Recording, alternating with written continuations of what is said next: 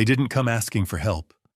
They came with paperwork already filled out, my name listed as the buyer of a $600,000 house I had never agreed to purchase. They said it was for family, that I'd saved enough, that this was my responsibility. So I said no. That single word changed everything. My own son and his wife turned it into a lawsuit, claiming I was mentally unfit and a danger to myself. But when we stood in court, one quiet question stripped their story down to the truth. My name is Gabriel Hayes. I'm 70 years old. Thank you for being here with me today. Before the story unfolds, let me know where you're watching from by leaving a comment. It truly means more than you know. And a quick heads up before we continue, certain parts of this story have been adapted to enhance storytelling and educational value. Any resemblance to real individuals or situations is coincidental, but the heart of this story is entirely real. The spring in the filter basket of my coffee maker had finally given up. It was an old machine, a reliable workhorse that Alice, my late wife, used to curse at every morning. But it made good, strong coffee, and at 70 years old, I find more comfort in repairing old things than learning new ones.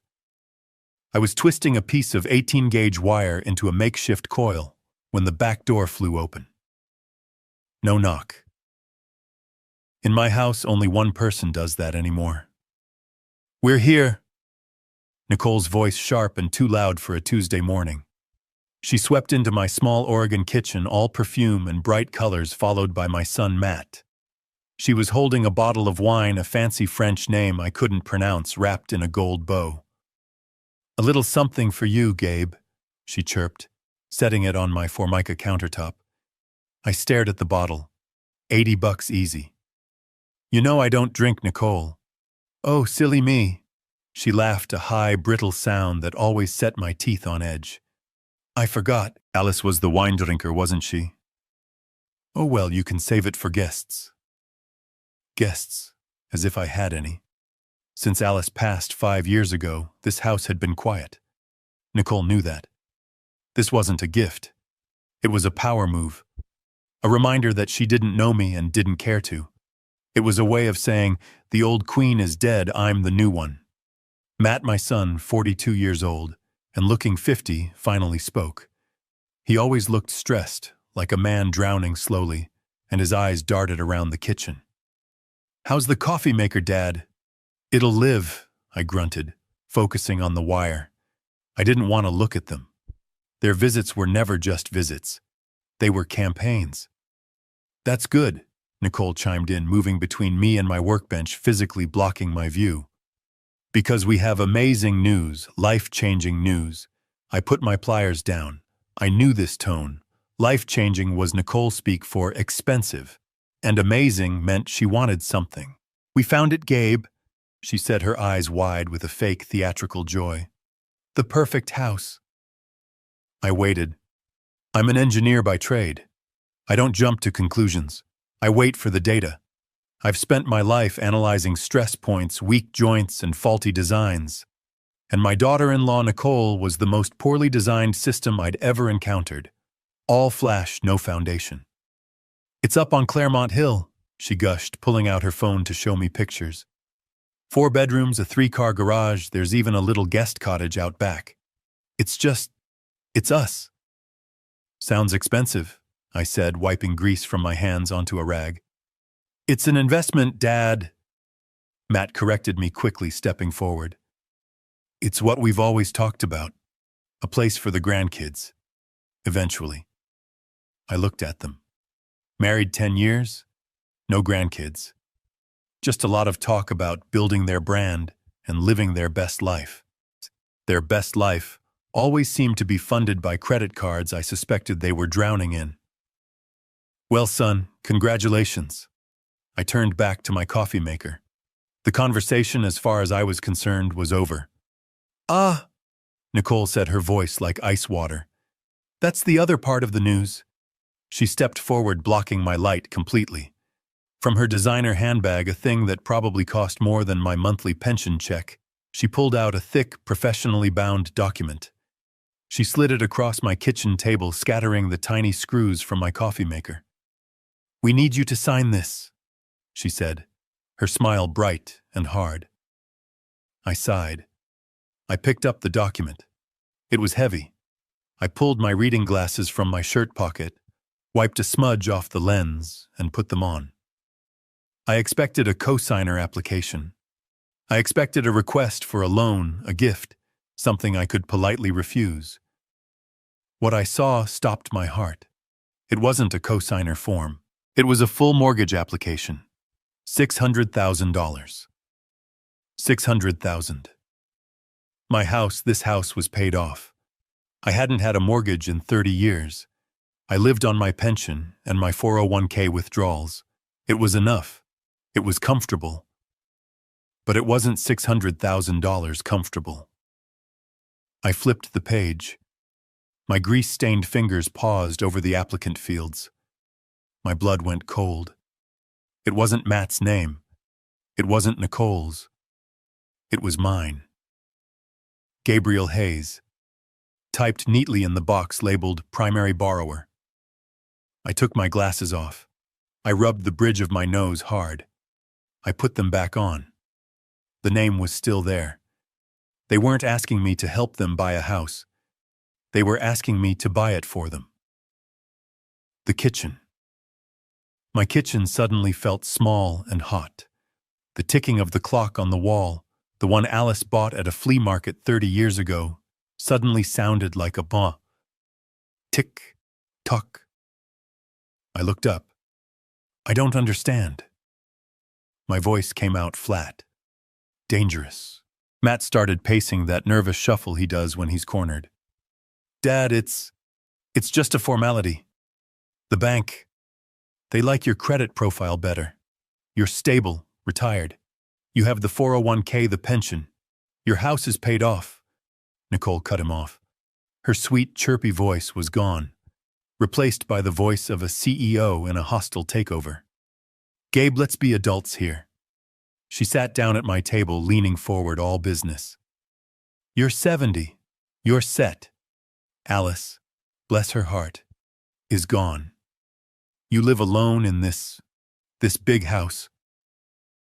I looked around my 2-bedroom, 1.5-bath, 1,500 square foot cottage. It was hardly a mansion. It was just home. You've saved enough, she continued, her voice like sharp little pebbles. You worked your whole life. What's the point of all that saving if you don't use it? It's time to help your family. It's time for you to invest in us. Invest. There was that word again. Alice and I had invested. We invested 45 years in this community. We invested in raising the boy who was now avoiding my gaze. We invested by living below our means, not beyond them. I looked at the paperwork again. $600,000, a 30-year loan. I'd be 100 years old when it was paid off. They weren't asking for an investment. They were asking for my entire financial future. They were asking for my security, my peace of mind, the nest egg Alice and I had painstakingly built so that I would never be a burden on him. And the irony was so thick I could barely breathe. I didn't look at Nicole. I looked at my son. Matt, look at me. He stopped his nervous pacing. Slowly, his eyes. Alice's eyes lifted from the cracked linoleum floor. They were filled with a desperate, pleading weakness I recognized. It was the same look he had when he was 10 and broke Mrs. Henderson's window. It was the same look he had when he was 20 and wrecked my truck. It was the look of a boy who knew he was wrong but was hoping someone else would fix it. Did you read this? I tapped the document. Nicole thinks. I am not asking what Nicole thinks, I said. My voice was quiet, but it cut through the room like a razor. I am asking what you think. You are 42 years old, Matt. Do you think this is acceptable to bring this here to ask your 70-year-old father to sign away his security for a house you can't afford? It's not like that, Dad, he protested, but his voice was weak. She just really wants this house. You don't know how important this is to her. And there it was, the final terrible truth. My son was gone. The boy I raised, the man I thought I knew, had been replaced by this puppet. He was prioritizing his wife's wants over his father's life. He was willing to sacrifice me, his 70-year-old father, on the altar of his wife's ambition. I folded the document neatly in half. The sound was crisp, final, like a judge's gavel. I slid it back across the table. It stopped right in front of Nicole. No. The word hung in the air. The faucet was still dripping. Drip, drip. Nicole's perfectly made-up face went through 3 distinct phases in less than 2 seconds. First, confusion, as if the word no was a foreign language she didn't understand. Second, offense, as if I had slapped her. Third, a cold, hard rage that made her eyes look like chips of ice. "What?" she whispered, her voice tight. I said. I enunciated every syllable, no. Matt looked like he was going to be sick. "Dad, please, you can't just say no. We already put down a deposit. We told the realtor you were on board." A deposit. With what money? My money, the money I suspected they'd been subtly bleeding from me for years. "Then you'd better call that realtor," I said, turning my back on them. I walked to the sink. "You'd better call him and tell him you lied. If Nicole wants that house," I said, my voice muffled by the sound of running water as I rinsed my coffee mug, "then you two can figure out how to buy it." "You selfish old man!" Nicole shrieked. The civility was gone. I turned around slowly, drying my hands. "Get out of my house." "What?" I said. "Get out." Matt, finally finding a spine, grabbed his wife's arm. "Nicole, come on. We're leaving." "No." She yanked her arm free. She pointed a finger at me, her hand shaking. "You are just sitting on all that money Alice left. You're letting it rot. We are your family." "A family doesn't ask its father to sign his financial death warrant," I said, walking toward them. Nicole snatched the mortgage papers off the table. "You will regret this, Gabe. I promise you, this isn't over." "I'm sure it's not," I said, holding the back door open for them. They stormed out. The screen door slammed shut behind them, the frame rattling in protest. I heard their car engine roar to life, tires spinning on the gravel of my driveway as they peeled out. I stood there listening until the sound faded. I went back to the counter. The $80 bottle of wine was still there. I picked it up and walked to the back porch, uncorked it, and poured every last drop onto Alice's dying rose bushes. I sat down on the old porch swing. My hands were shaking. Not from fear, from adrenaline. Nicole was right about one thing. This wasn't over. It was just the beginning. I stood on that back porch for a long time. I stood there long after their car squealed out of my driveway, leaving a black mark on the gravel and a cloud of dust in the air. I listened to the sound of their engine fading, taking the last bit of my family's peace with it. I looked at the $80 bottle of wine Nicole had left on my counter. I picked it up, walked back outside, and poured every last drop onto the patch of weeds by the porch steps. The next 2 days were quiet. Too quiet. The silence in the house was heavy, suffocating. I called Matt's phone on Wednesday afternoon. It went straight to voicemail. "Son?" I said, my voice sounding rough. "It's your father. We need to talk." I hung up. He didn't call back. I called again on Thursday, straight to voicemail. This time I didn't leave a message. I am a 70-year-old man. I have earned many things in my life. I will not beg my own son to speak to me. Part of me, the father part, tried to find an excuse. He's embarrassed, I told myself. He's ashamed. He's at home getting an earful from that harpy he married. I told myself they just needed time to cool off. They needed to realize how insane, how disrespectful their proposition had been. I tried to believe that the son I raised, the boy I taught to ride a bike and bait a hook, would eventually remember who he was.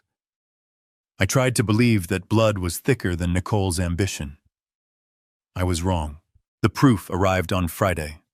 I walked down my long gravel driveway, the Oregon air crisp and damp. My joints always ache in this weather. The mailbox door creaked open. Junk mail, an ad for gutter cleaning, the local paper, and one thin envelope that didn't belong. It was from Bank of America. My heart tightened. I hadn't banked with B of A in 30 years, not since Alice and I opened our joint account at the local credit union. I tore it open right there at the end of my driveway. My eyes scanned the page. It was a form letter. Cold, impersonal corporate. Dear Gabriel Hayes, we regret to inform you that we cannot approve your application at this time. Application. I hadn't applied for anything. I read further down. Your recent application for a $20,000 home equity line of credit. My hand started to shake. $20,000. Has been declined due to recent suspicious activity on your credit profile and insufficient income verification. I read the letter again and again. A line of credit. Against my house. The house I paid off in 1997. The house they just tried to get me to buy for them. It wasn't a coincidence. This wasn't a mistake. This was Plan B, that cooling off period I'd imagined. It wasn't cooling off, it was rearming. The rage from Tuesday, the cold, analytical anger I felt when I saw my name on that mortgage, it came flooding back 10 times stronger. This wasn't just pressure. This wasn't just a disrespectful ask. This was fraud. This was theft. They hadn't just stormed out of my kitchen defeated. They had gone straight home, logged onto a computer, and tried to steal from me. They tried to leverage the equity in my house behind my back to get the money they wanted. And the only reason it failed was because I was an old man living on a fixed pension. Insufficient income verification. They had tried to get the loan using my identity, but without my real financial information. I crumpled the letter in my fist. The silence of the past 3 days hadn't been shame. It had been calculation. I stood there by my mailbox, the empty road stretching out in front of me. I finally understood. I wasn't dealing with a spoiled son and his greedy wife. I was dealing with criminals, and they had already made their next move. It was time for me to make mine. I turned around, marched back up the driveway, and went straight to my phone. I wasn't calling Matt. I was calling my bank's fraud department, and I was going to find out exactly what they had done. I didn't even go back inside the house. I stood right there on the gravel driveway, the damp Oregon air chilling my hands, and I dialed the 1-800 number on the letter with a thumb that was shaking not from cold, but from a cold, hard rage. The phone clicked. A robotic voice answered. Thank you for calling Bank of America's Fraud Protection Department. I hate these automated menus. They're designed to make you give up. I punched 0 over and over until a human finally picked up. Fraud Department, this is Susan. How can I help you? Her voice was bored. She'd probably taken 100 calls like this today. My name is Gabriel Hayes, I said, my voice steady, deceptively steady. I'm holding a rejection letter for a $20,000 line of credit that I never applied for. Oh, I'm very sorry to hear that, sir. Her voice clicked into a professional script. That must be very upsetting. Let me pull up your file. Can you please confirm your social security number? I recited the 9 digits, the 9 numbers that define your entire life in this country. I felt dirty saying them out loud. It felt like a violation. Thank you, Mr. Hayes. One moment. I heard her typing. The silence on the line stretched, filled only by the sound of my own blood roaring in my ears. Okay, she said, her tone suddenly more alert. Yes, I see the application here. It was submitted online at 7:42 p.m. this past Tuesday. Tuesday. The very same day they had stormed out of my kitchen. They hadn't even waited 24 hours. They must have driven straight from my house, furious and rejected, and immediately logged on to try and steal from me, The audacity of it, the speed of it, took my breath away. "Mr. Hayes," Susan said, pulling me back. "I'm here," I said, my voice like gravel. "I want to know what information was used to submit this application." "Sir, I can't." "Susan," I interrupted, but I kept my voice calm. "I am the victim of identity theft. I need to know how compromised I am. Tell me what they used." She hesitated. "I understand. I'm noting the account for fraud." "Okay. The application was submitted using your correct full name, Gabriel Elias Hayes, your correct date of birth, and the correct social security number." "Of course. But that wasn't enough. There are always security questions." "What else?" I pressed. "What did they use for verification security questions? Mother's maiden name." There was another pause. More typing. "Yes, sir. The applicant did correctly provide your mother's maiden name." I closed my eyes. The world went silent. The wind in the pine trees. The distant hum of the highway. It all faded. Mother's maiden name. I hung up the phone. I didn't say goodbye. I didn't say thank you. I just let my arm drop to my side. I'm an engineer. I'm a man of systems of logic. I shred my bank statements. I burn my old tax returns. My 401k documents are in a fireproof safe in my closet. I am not a careless man. You don't find a man's mother's maiden name on a piece of junk mail. It's not on a utility bill. It's not something you just find while rummaging through a desk. It's something you know. And I knew with a certainty that settled in my gut, like cold lead, that only one person on this earth besides me knew that name. Matt. I remembered it. Not 3 years ago, but 5. Right after Alice died. I was a ghost. I walked through this house, but I wasn't here. The grief was a fog I couldn't see through. Matt had offered to help with the paperwork, the life insurance, the taxes. He sat right there at my kitchen table. This kitchen table. "Dad, this form, this insurance claim, it needs your mother's maiden name." I was so lost, so broken, I didn't even think. I just told him. "Kovacs, Anna Kovacs. Her family was Hungarian." He had nodded, written it down. "Got it, Dad. Don't worry. I'll handle all this." He handled it. He took that piece of my history, that piece of my trust given to him in my darkest moment, and he saved it. He saved it for 5 years. He saved it like a weapon. He held on to that key, that secret, just waiting for the day he could use it to rob me. This wasn't an impulsive act of anger on Tuesday night. This was premeditated. He had been planning this. Or at least he had been holding the tools to do it just in case. This was a different kind of evil. My son, the boy I raised, was a stranger. A cold, calculating stranger who had been waiting for his opportunity. I looked at my house, my home. Suddenly it didn't feel safe. I thought about Tuesday, Nicole's bag, Matt's nervous energy. I walked to my neighbor's house. Mrs. Henderson. Agnes.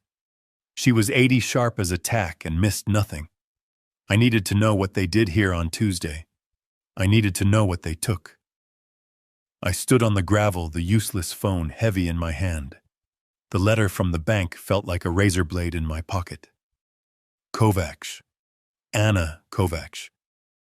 He had kept that name, that sacred piece of my past, like a burglar keeps a skeleton key, waiting. I looked at my small house. The white paint was peeling, the porch swing Alice loved was listing to one side. It had always been my sanctuary. Now it felt like a crime scene. If they had my mother's maiden name, what else did they have? The mortgage application. The line of credit. They needed proof of my assets. They needed my 401k statements, my pension details. My blood turned to ice. Tuesday. They weren't just here for a minute. They were here for an hour. I walked fast across my patchy lawn to Mrs. Henderson's. Agnes Henderson had lived next door for 45 years. She and Alice had shared countless cups of coffee over our shared fence. Agnes was 72, sharp as a tack, and missed nothing. She was watering her prize-winning azaleas, her back to me. "Agnes," I called out. My voice was rough. She turned her face, immediately creasing with concern when she saw me. "Gabe." "Goodness, you look like you've seen a ghost. Come in, I just made coffee." "No, Agnes, I can't stay." I gripped the top rail of her fence. My knuckles were white. "I need to ask you something. It's important." She put down her watering can. "Anything, Gabe. You know that." Last Tuesday, I had a cardiology appointment in Portland. I was gone all morning." "I remember," she said, nodding. "I saw your truck leave early." Did you see anyone come by the house while I was gone?" Agnes's face clouded. She looked uncomfortable. "Oh, Gabe." I didn't want to say anything. I assumed you knew. I thought he was just helping. My stomach dropped. "Who, Agnes?" "It was Matt," she said, lowering her voice. "He and his wife, Nicole. They got here about an hour after you left. I was pruning these very bushes." "And they went inside," I pushed. "Yes, Matt used his key. I almost waved, but, well, Nicole seemed to be in a hurry. They were in there for a long time, Gabe. Almost a full hour. I thought it was odd. I figured they were just dropping something off for you, but they stayed so long." I just stared at her, the pieces clicking into place with horrifying speed. "Agnes," I said, trying to keep my voice even. "When they left, were they carrying anything?" Agnes frowned, thinking. Her eyes unfocused as she replayed the memory. Yes, they were. Matt was just Matt. But Nicole, she was carrying that big beige tote bag she always has. The one that looks like it costs a fortune." She paused. "You know, it's funny. It looked heavy, stuffed full. I could see the corners of papers, folders, sticking out the top. I remember thinking, that girl must be bringing work home, but I just figured they'd picked up your mail for you." Stuffed full of papers. I couldn't breathe. "Thank you, Agnes," I said, my voice barely a whisper. I turned and started walking back to my house. "Gabe." "Is everything all right?" she called after me. I didn't answer. I just raised a hand, a weak wave of acknowledgement. My walk turned into a jog. I fumbled with my keys at my own back door, the one Matt and Nicole had walked through so easily. I burst into the kitchen, my heart hammering against my ribs. I didn't go to the safe. That's where I kept the real documents, the ones that mattered.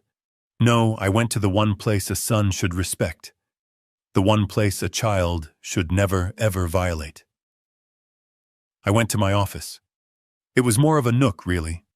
A small room off the living room where Alice kept her sewing machine and I kept my old roll-top desk. This was where I paid my bills. This was where I kept my day-to-day life. I pulled open the bottom drawer of my metal file cabinet. It didn't screech. It was well-oiled. I'm an engineer.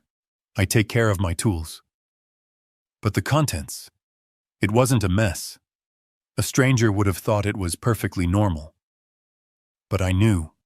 The files were out of order. I am a man of systems. My files are alphabetical. Auto insurance, bank statements, house deed, medical, pension. Pension was filed behind taxes. Bank statements was shoved in front of auto. They had been here. They had been in this drawer. I pulled the folders out one by one, my hands shaking so badly I dropped them on the floor. The pension folder, empty. The 401k statements folder, empty. The tax returns folder. They'd taken the last 5 years. I sank into my old wooden desk chair. It groaned under my weight. They didn't just try to steal my identity. They had stolen it. They had come into my home, my sacred space, and rifled through my life. They had taken the proof of my assets. They were building a case. The mortgage application wasn't Plan A. The fraudulent line of credit wasn't Plan B. They were a coordinated attack. They were trying to find out exactly how much I had, where it was, and how they could get their hands on it. The $600,000 house. That was just what they thought they could get. Now, armed with my 401k statements, my pension details, they were coming back for the rest. I looked at the phone on my desk. The old beige rotary phone that Alice had refused to get rid of. I felt so alone. So utterly and completely alone. This was bigger than me. This wasn't a family squabble. This wasn't a spoiled son. This was a conspiracy. I picked up the receiver. My fingers, stained with grease and shaking with rage, fumbled on the numbers. I couldn't call the police. Not yet. Not on my own son. But I knew who to call. The one man Alice had trusted as much as she trusted me. The only other man on earth who knew the truth. "Peterson Law Offices," a crisp voice answered. "Get me Peterson," I said, my voice breaking. "Tell him it's Gabe Hayes. Tell him it's happening." I didn't bother changing my clothes. I still had grease under my fingernails from that morning's coffee maker repair. It felt like a lifetime ago. I grabbed my keys, walked past my ransacked file cabinet, and didn't look back. The engine of my 1998 Ford F-150 turned over with a familiar, comforting groan. It was an old truck, reliable, honest. It had dents and scratches, and every single one had a story. It was a truck that had never lied to me. I pulled onto the 2-lane highway heading east toward Portland. The 90-minute drive was usually something I enjoyed. I'd listen to the oldies station, watch the tall Oregon pines blur past, and think about what Alice would want for dinner. Today there was no music, just the thrum of the engine and the deafening roar of my own thoughts. $50 million. And my son was trying to steal a few thousand from my 401k. I gripped the steering wheel, my knuckles white. I thought about Matt as a boy. I remembered his 10th birthday. He wanted the new Nintendo. All his friends had one. We didn't buy it for him. Instead, I took him to the workshop and we spent a month building a Pinewood Derby car. He cried at first. But when that car won first place, the look on his face, it wasn't the joy of getting something. It was the pride of building something. That's what Alice and I wanted for him. We wanted him to feel that. We wanted him to stand on his own 2 feet. We always agreed. Alice and I, we talked about it countless nights. We saw what money did to other families. We saw our friends the Martins, whose son was in and out of rehab, all funded by their trust fund. We saw the Johnsons, whose daughter hadn't worked a day in her life and treated her parents like servants. "We can't let that happen to Matt Gabe," Alice had said, her voice firm, as we sat at the kitchen table signing the final trust documents all those years ago. "He has to be his own man. This money, it can't be a gift. It has to be a responsibility, or it will be a curse." So we kept the secret. We lived on my engineer's salary. We saved. We bought this house. We drove this truck. We lived a good, simple American life. And all the while, that other life, the $50 million life, was just sitting there, waiting. Now, as the skyline of Portland pushed up against the gray sky, I felt a cold knot of doubt. Had we been wrong by trying to protect him? Did we just make him hungry? By keeping him from the truth, did we accidentally create this resentment? Did he look at his simple, retired father and feel nothing but contempt? Did he think I was just a foolish old man hoarding a small nest egg when all this time I was guarding a fortress he couldn't even see? I didn't know. I didn't know the man who had rifled through my desk. I didn't know the man who had used his dead mother's insurance claim to steal my mother's maiden name. I only knew one thing. He was my son. And he had declared war on me. I pulled into the parking garage for Peterson's law firm. I didn't have a plan. But I had the truth. And I had a $50 million problem. Peterson's law firm, Peterson, Shaw and Associates, took up the top 3 floors of the tallest glass tower in Portland. It was the kind of place that smelled like old money and new carpet. The receptionist, a young woman in a sharp black blazer, looked at me over the rim of her glasses. I knew what she saw. A 70-year-old man in a worn flannel shirt, decade-old jeans and work boots that still had mud on the heels. I still had grease under my fingernails from the coffee maker. I probably looked like I had wandered into the wrong building, like I was looking for the janitor's office. "Gabriel Hayes for Mr. Peterson," I said, my voice quiet. Her eyes widened just a fraction in surprise. She checked her computer. "Oh, yes, Mr. Hayes. Of course. He's expecting you. Right this way, sir." Her "sir" was sudden a pivot from dismissal to deference. Peterson had clearly flagged my name in their system. I was led through a maze of beige walls and abstract art until we reached a corner office with a floor-to-ceiling window overlooking the entire city. And there, sitting behind a desk so large it could have doubled as a boat, was John Peterson. Peterson was my age, but he looked like he'd been carved from granite. Sharp suit, perfect hair, a mind like a steel trap. He'd been my friend since college, long before the money, long before any of it.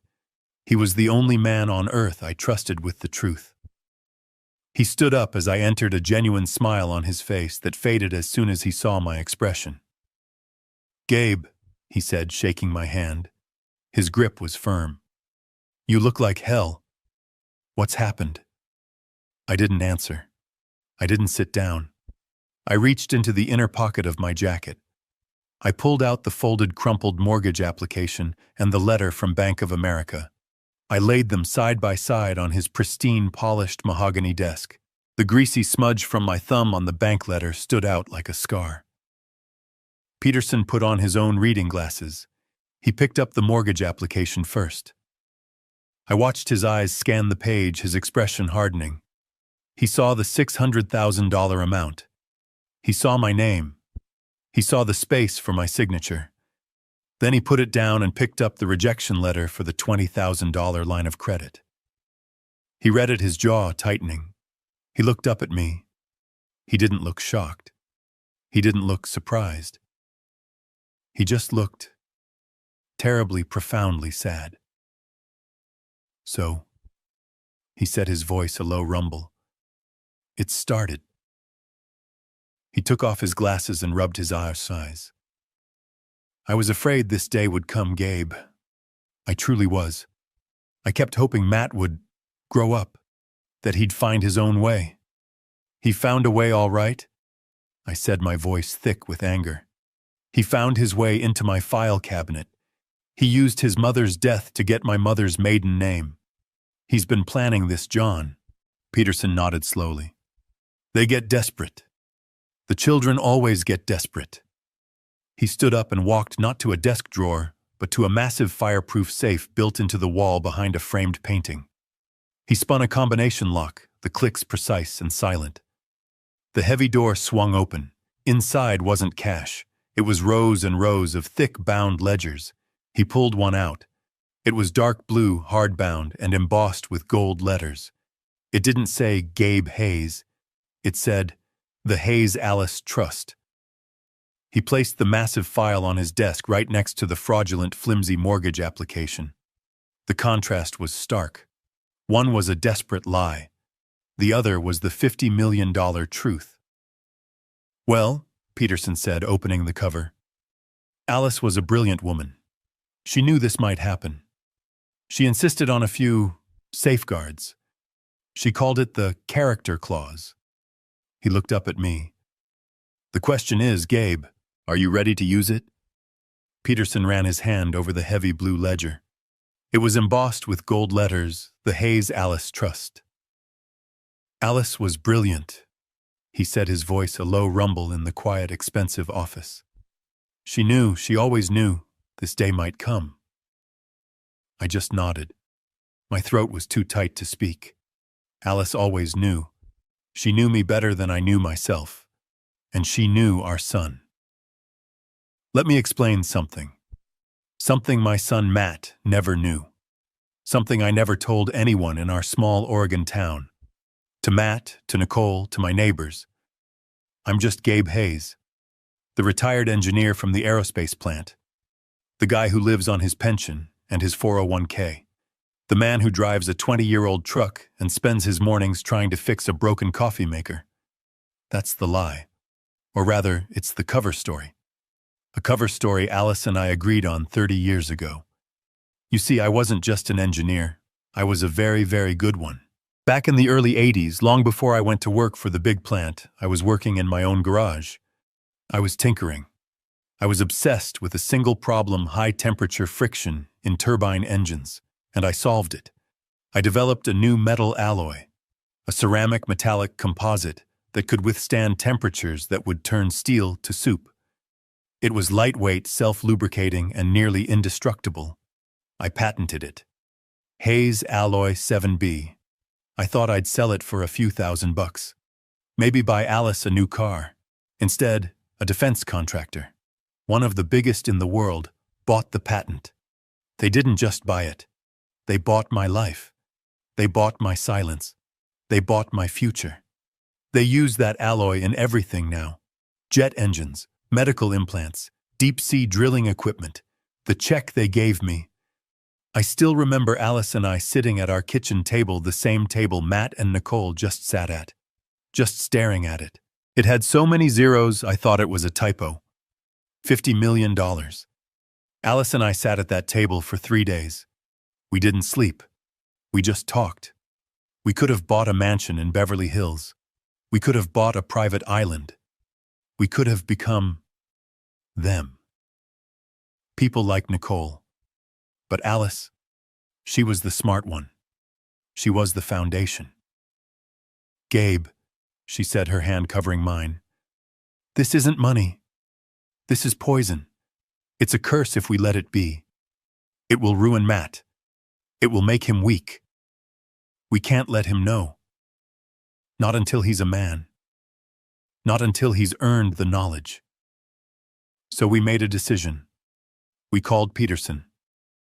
We created the Hayes Alice Trust, an irrevocable trust. We locked it away. We put it in investments so secure, so anonymous, that it just grew, silently in the dark. And we went on living. I took the steady, respectable job at the aerospace plant. We lived on my salary. We drove Fords. We saved for Matt's college in a normal savings bond account. We lived on my pension. We lived on my 401k. We lived a good, simple American life. Matt and Nicole, they had just torn my office apart. They had stolen my pension statements. They had stolen my 401k reports. They had stolen my tax returns. They thought they had found my treasure. They were fighting over the bait. They were trying to steal the few $100,000 I kept in my decoy accounts, while the $50 million whale swam right beneath their feet. And they had no idea. Peterson turned a page in the heavy blue ledger. And here it is, he said, tapping the paper. Section 4, Article B, the Alice Hayes Character Clause. His voice was flat professional, reading the legal text that Alice had insisted on. The assets of this trust are designated primarily for the benefit of any and all grandchildren of the creators.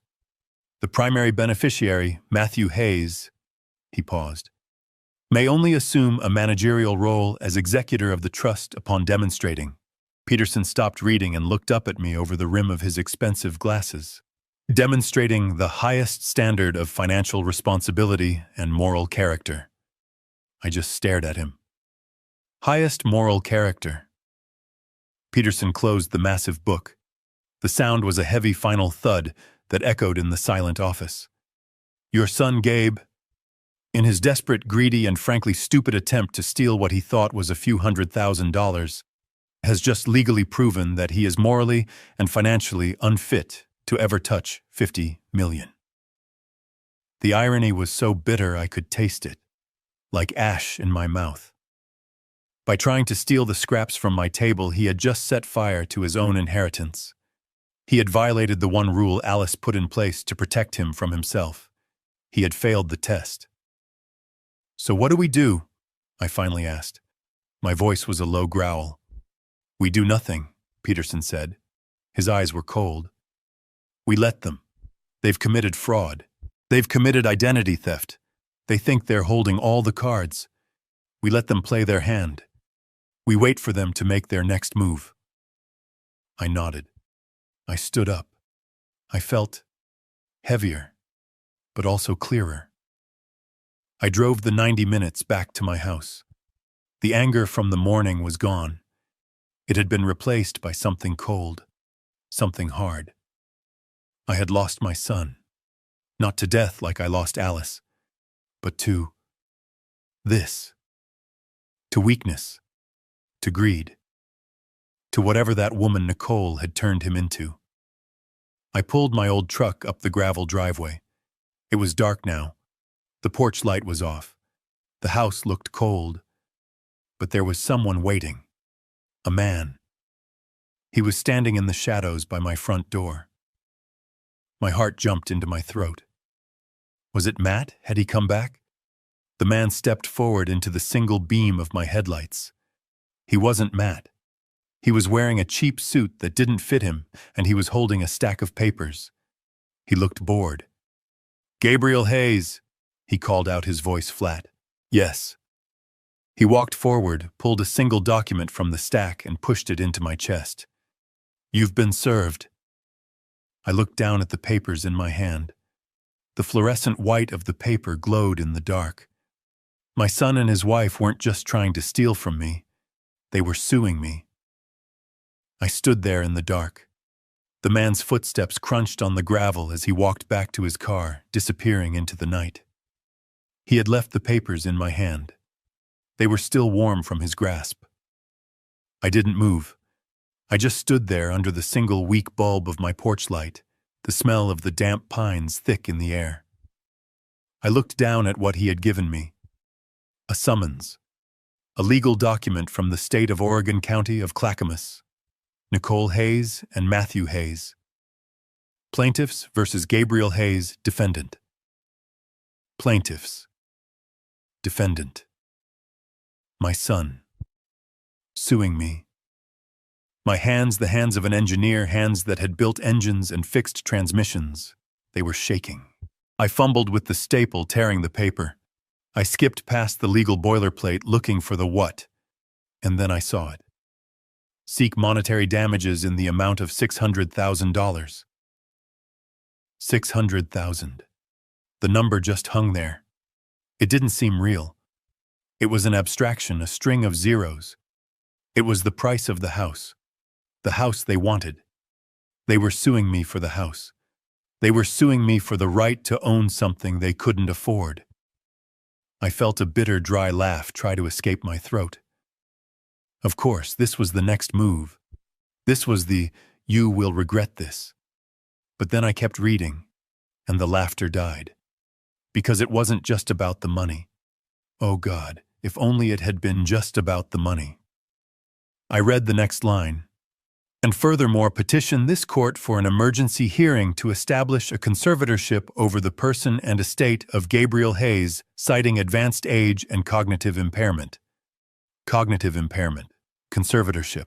The words hit me harder than any physical blow. They weren't just trying to get a house. They were trying to get me. They were trying to take my life.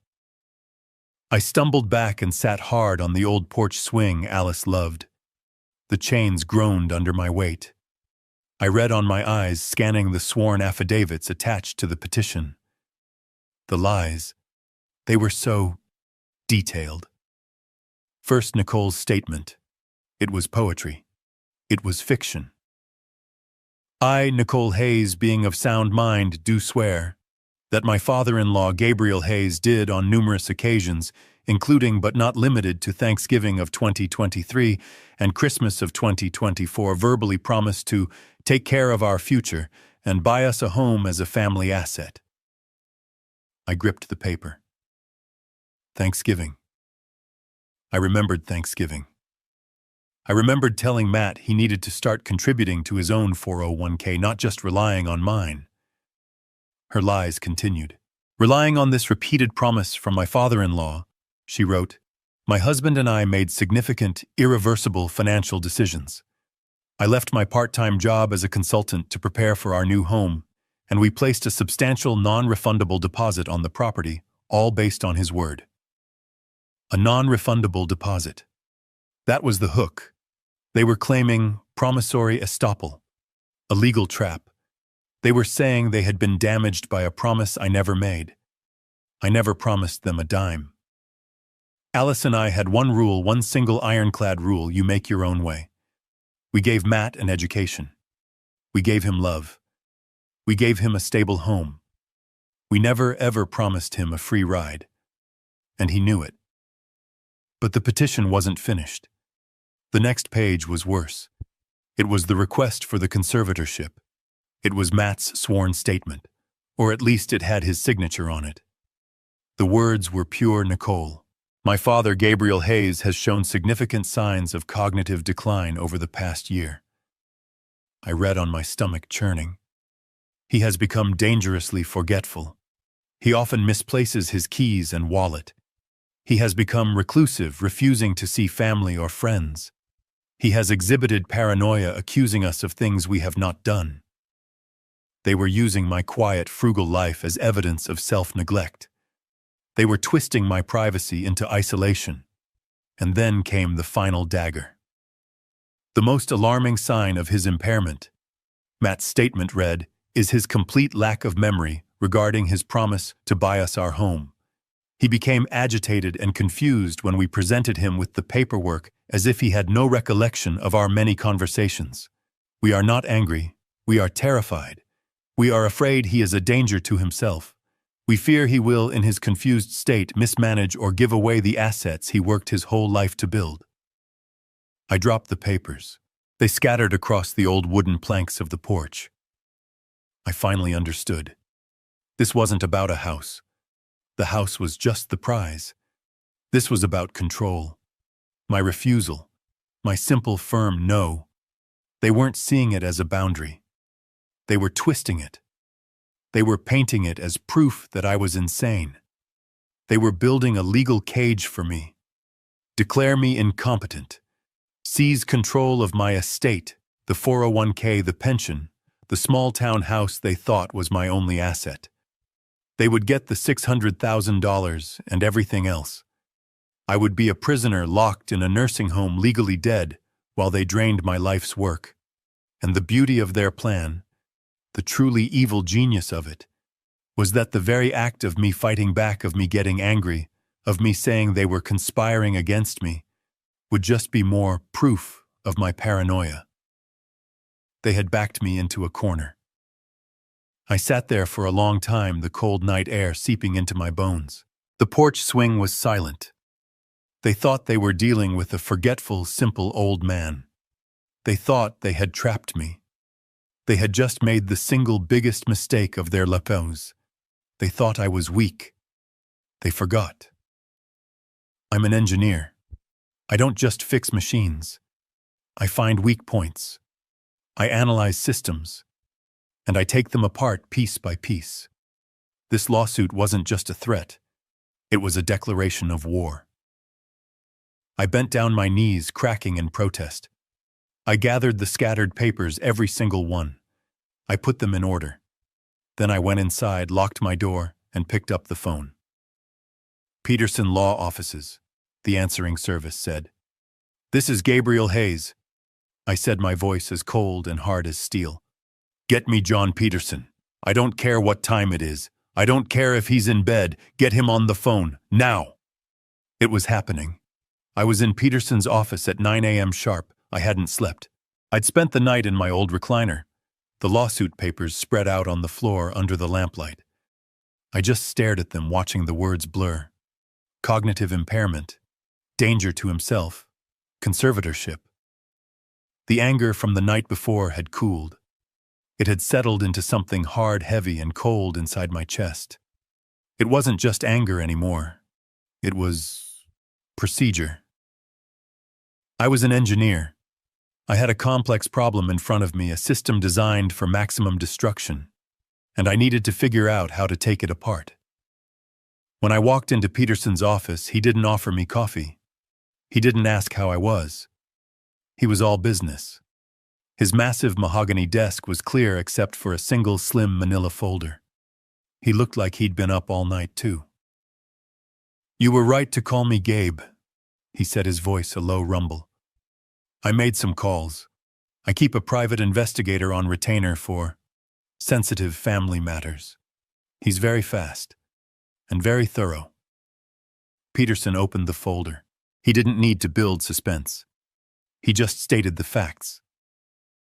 "Your son Matt and his wife Nicole," he said, "are not just greedy.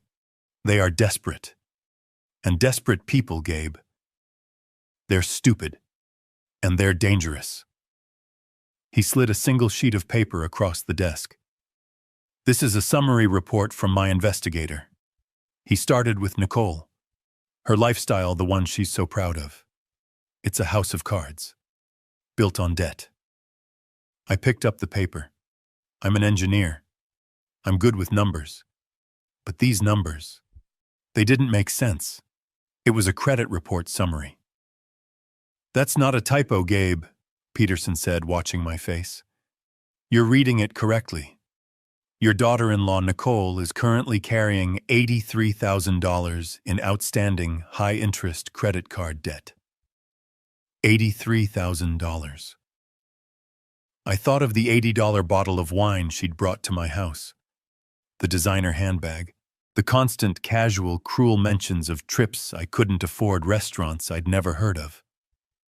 "It's all here," Peterson continued, tapping the paper. "American Express, Visa, Nordstrom, Saks, Fifth Avenue, 3 different furniture store cards. She's been living like a millionaire.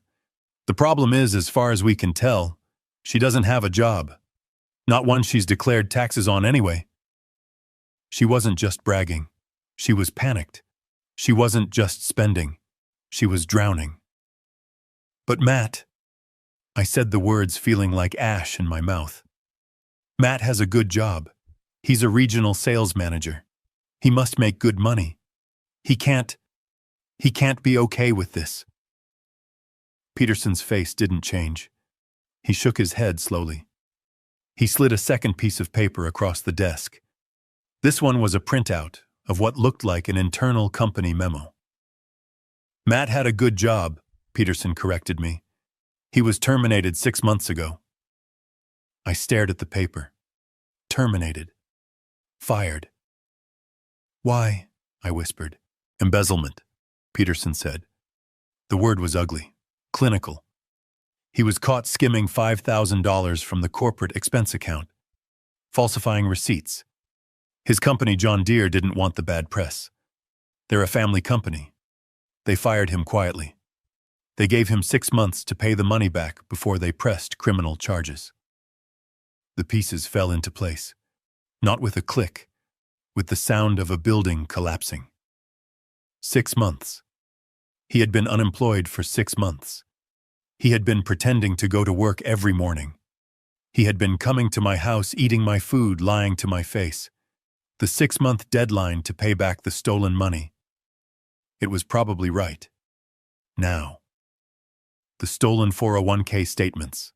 The fraudulent line of credit. The lawsuit. This wasn't about ambition. This wasn't about living their best life. This was about survival. The house, I said, the realization hitting me. The $600,000 house. "Exactly," Peterson said. "It's not a dream. It's a lifeline. They're bankrupt, Gabe. They're about to lose everything. They're not just trying to buy a house with your money. They're trying to use you. My investigator believes the plan was to get a massive mortgage in your name immediately, take a cash-out equity loan against the property to pay their debts, and then most likely let the house go into foreclosure, destroying your credit, not theirs. A drowning man pulling his own father underwater to use him as a flotation device. I thought about the lawsuit. The claim that I was the one who was cognitively impaired.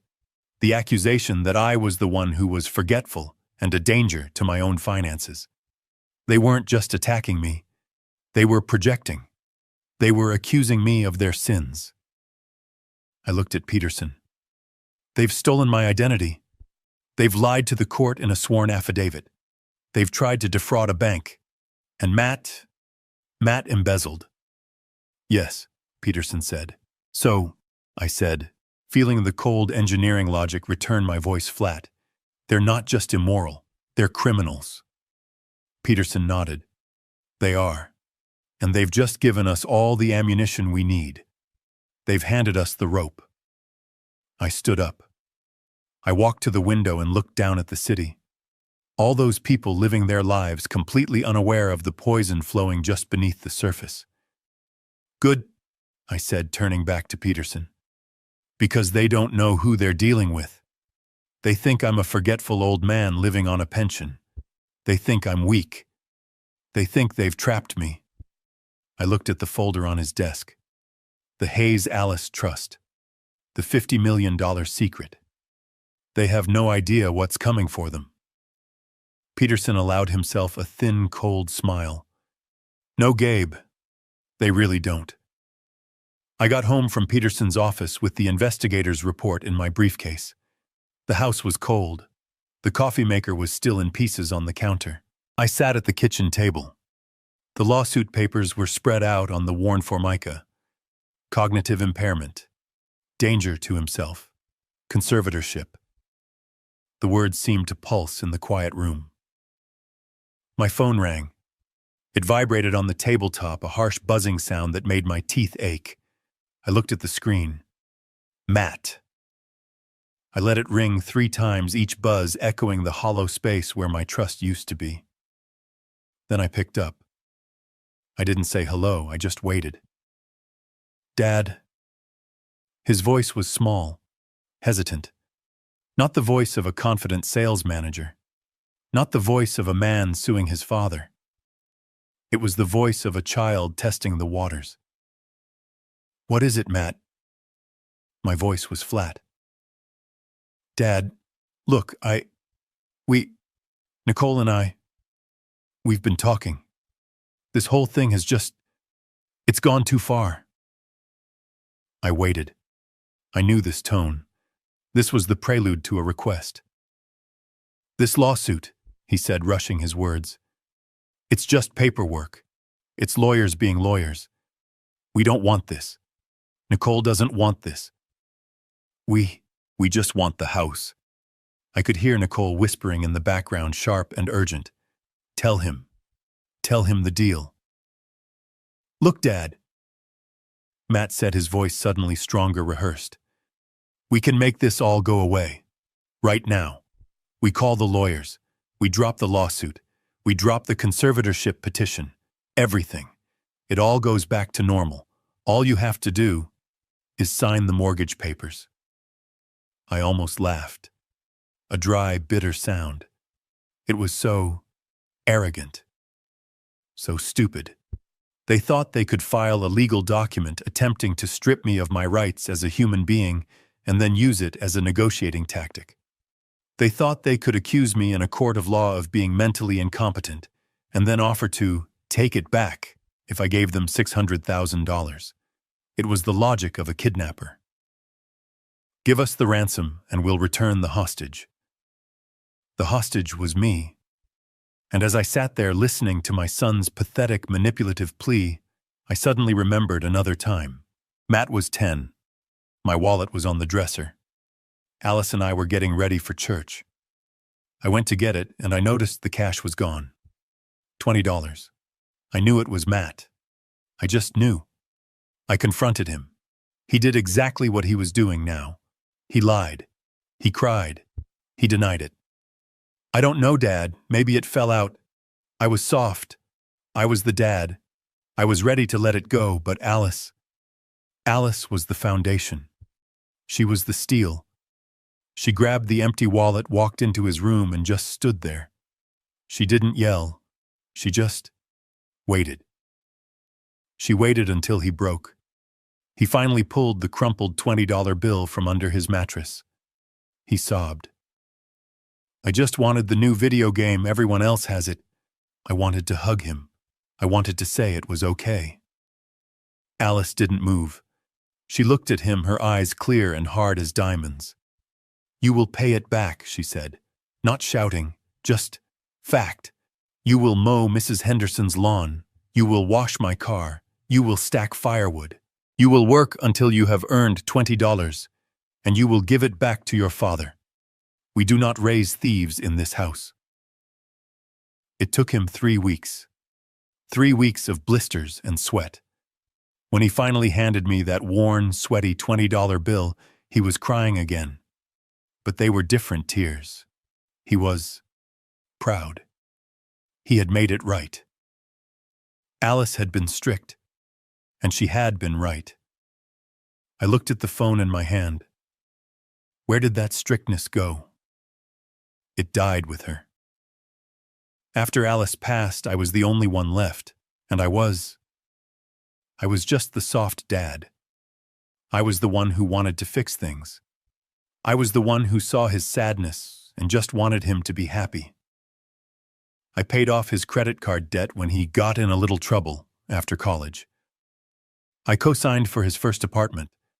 I loaned him money for his wedding to Nicole, money I knew I'd never see again. I hadn't been a father. I had been an enabler. Alice hadn't just been raising a son. She had been managing a flaw, a fundamental weakness in his character. And when she died, the dam broke.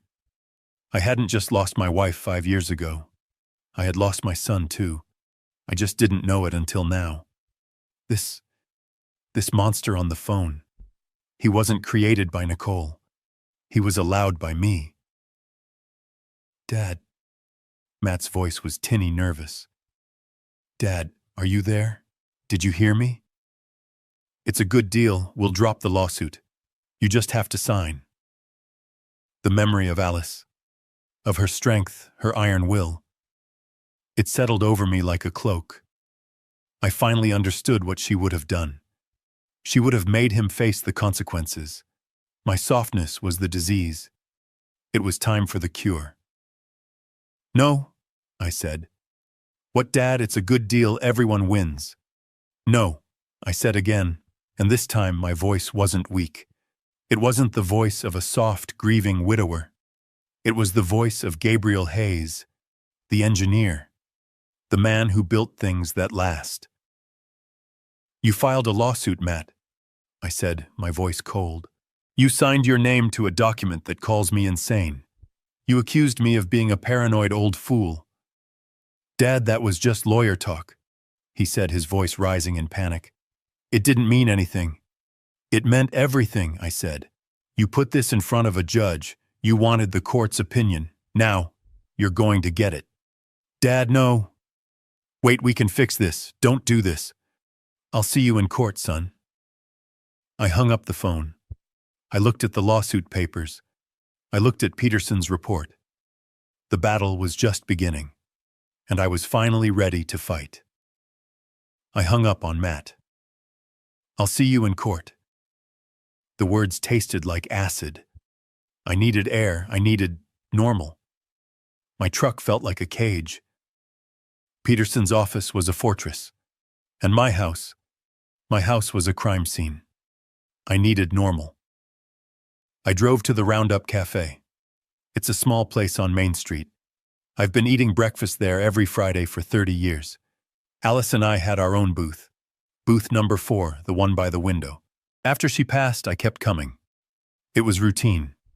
It was comfort.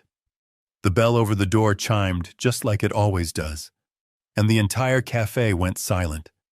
It wasn't just a lull in conversation. It was a stop. Forks on plates stopped scraping. Conversations died mid-word. It was the kind of silence you get when a cop walks into a rough bar or when the town pariah walks into church.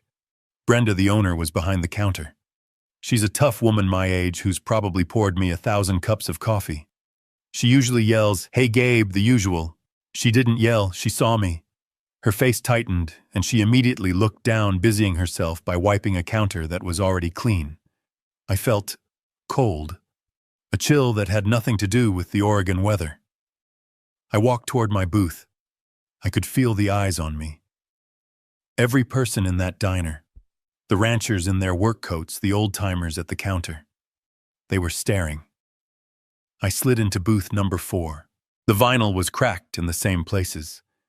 It still smelled like maple syrup and old coffee, but it felt wrong. It felt hostile. Brenda finally came over. She wasn't carrying a coffee pot. She was holding a menu I hadn't looked at since 1995. "Can I help you, Mr. Hayes?" she asked. "Mr. Hayes, not Gabe, not the usual. Mr. Hayes." I looked up at her. Her face was a polite professional mask. The warmth I'd known for 30 years was gone. "Brenda," I said, my voice confused. "It's me, Gabe." "I know who you are, sir," she said, her voice flat. "What can I get you?" Just the usual, Brenda. Black coffee." "Right away." She turned and walked off. She didn't stop to chat. She didn't ask about the truck. She didn't mention the rain. She came back, slapped the mug down so hard the coffee sloshed onto the saucer, and left. The silence in the cafe broke, but it didn't go back to normal. It was replaced by a low, buzzing murmur. Whispers. I tried to ignore it. I tried to drink my coffee. It tasted burnt. I picked up the local paper, but I couldn't read the words. I was listening. I couldn't help it. "Suing his own son," I heard from the booth behind me. No, that was wrong. They were suing me. "Poor Nicole," a woman's voice said from the counter. She just looked devastated. Said they're just trying to help him. Brenda said he promised them a house. $600,000. And now he's claiming he doesn't remember. Just forgot. Like it was nothing. It's the confusion, that's what I heard. Sad, really. He was always such a nice man. Confusion, forgot. Sad. The words from the lawsuit. I felt my stomach clench. This wasn't just diner gossip. This was a campaign. This was Nicole. She hadn't just filed a lawsuit. She had gone to work. She had come here. She had sat at this counter. And she had cried. She had cried her crocodile tears and told them all her story. The story of the forgetful, cruel old father-in-law and the loving, worried children who just wanted to help. She was poisoning the well. She was turning my town, my home, against me. This wasn't just about winning in court. This was about destroying my reputation. It was about isolating me. It was about making sure that when I did fight back, everyone in town would just nod sadly and say, "See, he is paranoid. He is confused. Poor man." She was building her case in the court of public opinion. I looked up from my coffee. At the counter, Bill and Jerry, my fishing buddies, were finishing their eggs. They saw me looking. Bill dropped his gaze. "Jerry," he turned his back, deliberately. That was it. That was the final nail. They had known me for 40 years. We had buried friends together. We had watched our children grow up. And one tearful, slanderous story from a 40-year-old woman they barely knew. And I was out. I was the crazy old man. I pulled a $5 bill from my wallet and dropped it on the table. The coffee was untouched. I stood up. The whispering stopped again. That heavy, judgmental silence fell over the room. I walked toward the door. I didn't run. I am Gabriel Hayes. I am not a coward. I walked slowly, my head held high, feeling every single pair of eyes on my back. I pushed the door open. The bell chimed, announcing my exit. I stepped out into the cold, clean air. It felt good to breathe again. I had just lost my son. I had just lost my town. This was no longer about a house. This wasn't even about the $50 million Peterson was guarding. This was about my name. This was about my mind. And I would sooner burn my entire fortune to the ground than let them take that from me. I drove home from the Roundup Cafe. The 10-minute drive felt like an hour. My town, my friends, my home.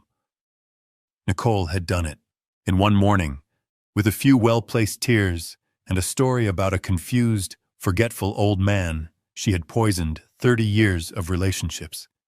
She had turned me into a pariah. I sat in my truck in my own driveway for a long time. I looked at my house. It didn't feel like mine anymore. It felt like a fishbowl. I felt the eyes of my neighbors. Agnes Henderson's curtains twitched. I wondered if Nicole had gotten to her too. I felt trapped. I finally went inside and locked the deadbolt. A useless gesture. The invasion had already happened. I was sitting in my old recliner, the silent house pressing in on me when the knock came. It wasn't a friendly knock. It wasn't Matt forgetting his key. It wasn't Agnes with a slice of pie. It was a sharp, official rap. The kind of knock that means you don't have a choice about answering. I opened the door. A woman was standing on my porch. She was in her late 30s, wearing a navy blue pantsuit, sensible shoes, and an expression that was completely blank. She held a clipboard like a shield. "Mr. Gabriel Hayes?" she asked. Her voice was flat. "Yes." She held up a laminated ID badge. "My name is Ms. Evans. I'm with Adult Protective Services." The words just hung there in the cold afternoon air. Adult Protective Services. My stomach turned to ice. This was it. This was the next step in their attack. They hadn't just told people I was crazy. They had reported me to the government. "May I come in, Mr. Hayes?" It wasn't a question. I stepped aside. I felt like a criminal in my own home. She walked in, not wiping her feet, her eyes scanning everything. She didn't look at my family photos. She didn't look at the beautiful ship in a bottle I spent a winter building. She looked at the dust on the end table. She looked at the stack of old newspapers by my chair. She sat at my kitchen table, the same table where Matt and Nicole had sat just days before. She placed her clipboard down. "Mr. Hayes," she began, her voice a monotone drone. "We received a detailed report this morning, an anonymous report, expressing serious concern for your welfare." Anonymous. I almost laughed. I could hear Nicole's voice in that word. The feigned concern. The crocodile tears. "The report alleges," she consulted her notes, "severe self-neglect, social isolation, and signs of increasing paranoia." Paranoia. There was that word again. The word from the lawsuit. "I'm fine," I said. My voice was rough. "That's what we're here to determine," Ms. Evans said, clicking her pen. "I just need to ask you a few routine questions. This is for your own protection, sir." The humiliation felt like a physical weight pressing me down into the chair. This woman half my age was here to protect me from myself, all based on the lies of a desperate, greedy woman and the son who enabled her. "What did you have for breakfast today, Mr. Hayes?" The question caught me off guard. "What? Your breakfast?" she repeated, her eyes unblinking. "The report says you're not eating properly." I thought back. The coffee maker. The call from the bank. The trip to the diner. The coffee I hadn't drunk. "I had coffee," I said. "I wasn't hungry." She wrote something down. I could hear the scratch of her pen. It sounded deafeningly loud. "Are you taking all your prescribed medications?" I held up my hands. "I take one pill, for blood pressure, every morning. I haven't missed a day in 10 years. She wrote, "The report says you've been confused, forgetful. Are you aware of what day it is, Mr. Hayes?" I stared at her. "It's Friday." "And the month?" "It's October. It's October 19th. And the year? It's 2025. And who is the President of the United States? I gave her the name. I felt my face flush with anger. I am an engineer. I designed fuel system components for aerospace. I have balanced budgets that could buy this entire neighborhood. And this woman, this bureaucrat, was asking me if I knew what year it was. She just nodded, writing.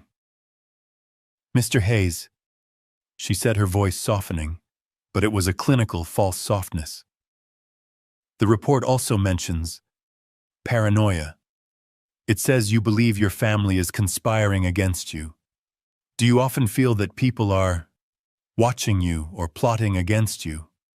And there it was. The trap. The perfect, elegant, inescapable trap. How do I answer that? If I say no, I'm lying. If I say yes, my son and his wife are conspiring against me, they are trying to steal my house, they did steal my identity. What does that sound like to her? It sounds like paranoia. It confirms their entire case. Every word of truth I could say would be twisted and used as a weapon against me as proof of my insanity. I looked at Mrs. Evans. She was just doing her job. A job fueled by the lies of my son. I took a slow breath. Ms. Evans, I said, my voice quiet, I believe I am a private person, and I believe my privacy is being violated. But I am not paranoid. She just wrote something down. I understand. Now, Mr. Hayes, I do need to take a quick look around your home, just to verify the living conditions. Standard procedure. She stood up.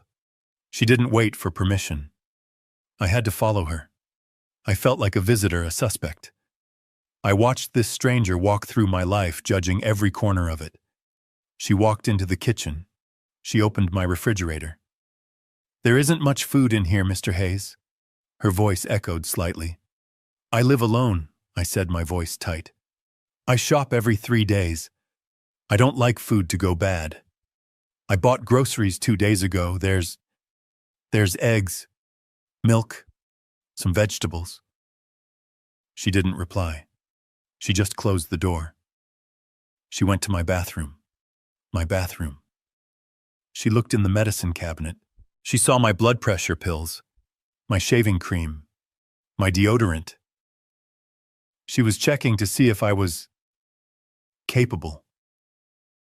Then she went to my bedroom. My bed was unmade. I hadn't made it. I had been reeling from the lawsuit. I hadn't seen the point. She made a note. Unkempt sleeping area. And that was when something inside me finally snapped. I didn't yell. I didn't move. But the memory hit me so hard I almost staggered. This room, this exact room, this was the room where Alice spent her last 5 years. This was the room where I had set up the hospice bed. This was the room where I kept the whiteboard with her medication schedule written out every 2 hours, day and night. This was the room I kept immaculate. I learned to change IV bags. I managed her painkillers. I sat in that very chair in the corner, holding her hand for 1,825 nights. I had been a caregiver. I had kept another human being alive, comfortable and dignified through the worst battle of her life. And this woman, this stranger, sent here by the son I raised while I was caring for his mother, was standing in my bedroom marking me down as unclean because my bed wasn't made. The rage was so pure, so white-hot, I thought it would burn me from the inside out. I said nothing. Ms. Evans finally clicked her pen shut. She turned to me in the hallway. Mr. Hayes, she said back to her neutral bureaucratic tone, the report from your family is detailed, and while you present as coherent, there is a significant discrepancy between their claims and your presentation.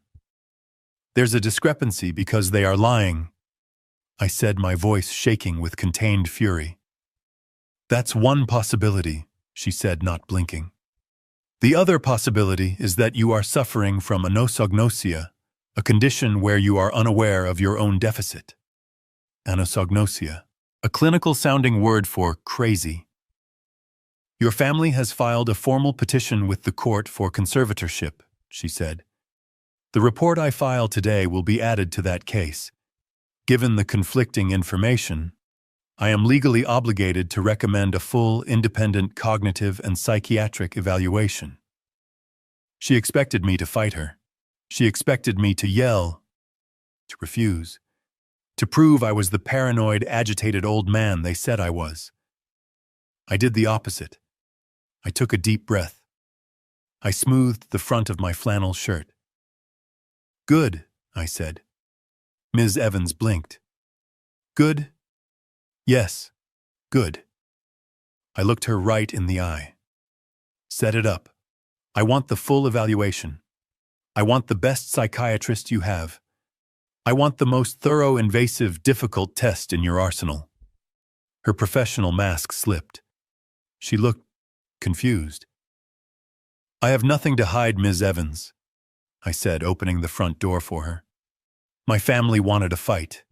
They've been attacking me from the shadows. I smiled. It wasn't a nice smile. I can't wait to fight them in the light. Ms. Evans left. I stood in my hallway, the silence of the house rushing back in. But it was different now. It was the silence of a home that had been violated, inspected, and judged. I walked into my bedroom and looked at the unmade bed, the indentation on the pillow where my head had been. Unkempt sleeping area. I felt a cold, clean rage, an engineer's rage. It wasn't hot. It was precise. The evaluation was scheduled for the following Monday. It was 3 hours of methodical insults. A psychologist, a man younger than my son, asked me questions in a soft, condescending voice. Can you draw me a clock, Mr. Hayes? Set the hands to 11:10. I drew the clock. I'm going to give you 5 words. I want you to remember them. Person, woman, man, camera, TV. I'll ask you for them again in 15 minutes. I nodded. I listened to his questions. I answered. I repeated his 5 stupid words. I subtracted 7 from 100 over and over all the way down. At the end, he sighed, putting his own clipboard down. Well, Mr. Hayes, he said, sounding almost disappointed, your cognitive function is perfectly normal. In fact, your recall and logic scores are in the 99th percentile for your age group. You're sharper than most 50-year-olds I see. The Adult Protective Services case was officially closed 2 days later. No findings of impairment. Case closed. I thought for one foolish, naive second that this would be the end. I thought Matt and Nicole, faced with an official report stating I was perfectly sane, would be ashamed. I thought they would retreat. I was wrong. They weren't ashamed. They were emboldened. The call came from Peterson a week later. Gabe, he said, and his voice was different. It wasn't sad. It was hard. They're not backing down. What are you talking about, John? I said. The APS case is closed. I passed their tests. It's over. No, it's not, Peterson said. That's the truly evil part. They filed a new motion with the court this morning, and they attached the APS report as evidence. But the report cleared me. Gabe, Peterson said, and I could hear him turn a page. They didn't attach the final report. They didn't attach the psychologist's evaluation. They attached the initial complaint. The one Ms. Evans filed. The one that alleges you are paranoid. The one that recommends an evaluation. They're presenting the accusation as if it's the finding. I sat down. My legs went weak. They are using their own slander, I whispered, as corroborating evidence for their lawsuit. It's a classic dirty move, Peterson said. They're painting a picture for the judge. Look, Your Honor, we're not the only ones worried. Even APS had to get involved. He's a ticking time bomb. He's paranoid. He's a danger to himself. They're building a cage of lies, and every time you get angry, every time you rightfully accuse them, you just give them more proof that you're unstable. I looked out my window. I saw Agnes Henderson bringing in her mail. She didn't look my way. The poison was still working. So what do we do, John? I felt tired. For the first time, I felt like a 70-year-old man. Then I heard Peterson's voice change. That cold, hard edge was back. "We're ready, Gabe," he said. "Ready for what?" "I got the last of the reports back. The ones we ran. The ones that show Matt was fired for embezzlement. The ones that show Nicole is $83,000 in the hole. The ones that show they are both, legally speaking, bankrupt." I stood up. I felt the strength return to my legs. "They've made their case, Gabe," Peterson said, and I could almost hear him smile. It was not a nice smile. "They think they're putting a confused old man on trial. They think they're fighting for your 401k. He paused. "They have no idea. They're about to face a $50 million financial indictment. Before I tell you what happened when we finally stepped into that courtroom, I need to know if you're still here with me. Comment 'still here' or simply type 70 below so I know you're still standing with me. And just a quick note before we continue. Parts of what comes next have been thoughtfully adapted for storytelling and educational purposes and may not reflect every real-world detail. If you'd rather stop here, this is the moment to do so. The Clackamas County Courthouse is not an impressive building. It's a block of beige concrete and dark glass built in the 70s that smells like stale coffee and floor wax. It's a place for speeding tickets and property disputes, not high-stakes drama. But as I walked through the metal detector, my old belt buckle beeping, it felt like the Supreme Court. Peterson was already there waiting for me. He wasn't carrying his massive blue ledger. He just had a slim, mean-looking briefcase. He nodded at me, his face like stone. "Gabe, you ready for this?" "I'm ready, John." "Good," he said, "because they're already here, and they're putting on a show." We pushed through the double wooden doors into courtroom 3B. It was exactly as I pictured.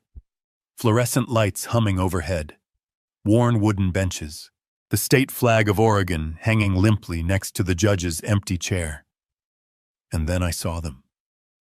They were sitting at the plaintiff's table side by side, my son Matt and his wife Nicole, and they were in mourning. I stopped. I actually stopped in the aisle. Nicole was dressed head to toe in a severe, expensive-looking black suit. Not navy, not charcoal. Black. Funeral black. Her hair was pulled back in a tight, joyless bun. She had a single strand of pearls on. Alice had a strand just like that. The sight of it made my stomach clench. She wasn't looking at me. She was staring straight ahead, her expression one of profound, tragic sadness. In her hand, she held a small, white, lace-edged handkerchief. Every few seconds, she would lift it not to her eyes, but to the corners of her eyes. A delicate, practiced dab, dab, dab. There were no tears. It was just the gesture. A performance for the judge, for the court, for anyone who was watching. And Matt, my son. He was in a dark suit, too. His face was pale. He looked somber. He looked like a man burdened by a terrible, necessary responsibility. The dutiful son forced to make the hardest decision of his life. He saw me. His eyes met mine for a second. I saw no guilt. I saw no shame. I saw pity. He pitied me. He genuinely believed the lie they had constructed. He had convinced himself that he was the hero of this story, the man stepping in to save his poor, confused father from himself. The sheer, staggering arrogance of it. It almost made me smile. Their lawyer, a slick-looking man in a suit that was too shiny, leaned over and whispered something to Nicole. She nodded, her face a perfect mask of sorrow, and dabbed her eyes again. They were mourning me. They were sitting in a courtroom dressed for my funeral, trying to bury me while I was still standing right in front of them. They were acting out the final scene of their play, the tragic end of poor old Gabe. I walked past them, my work boots echoing on the linoleum floor. I sat down at the defendant's table next to Peterson. I didn't look at them again.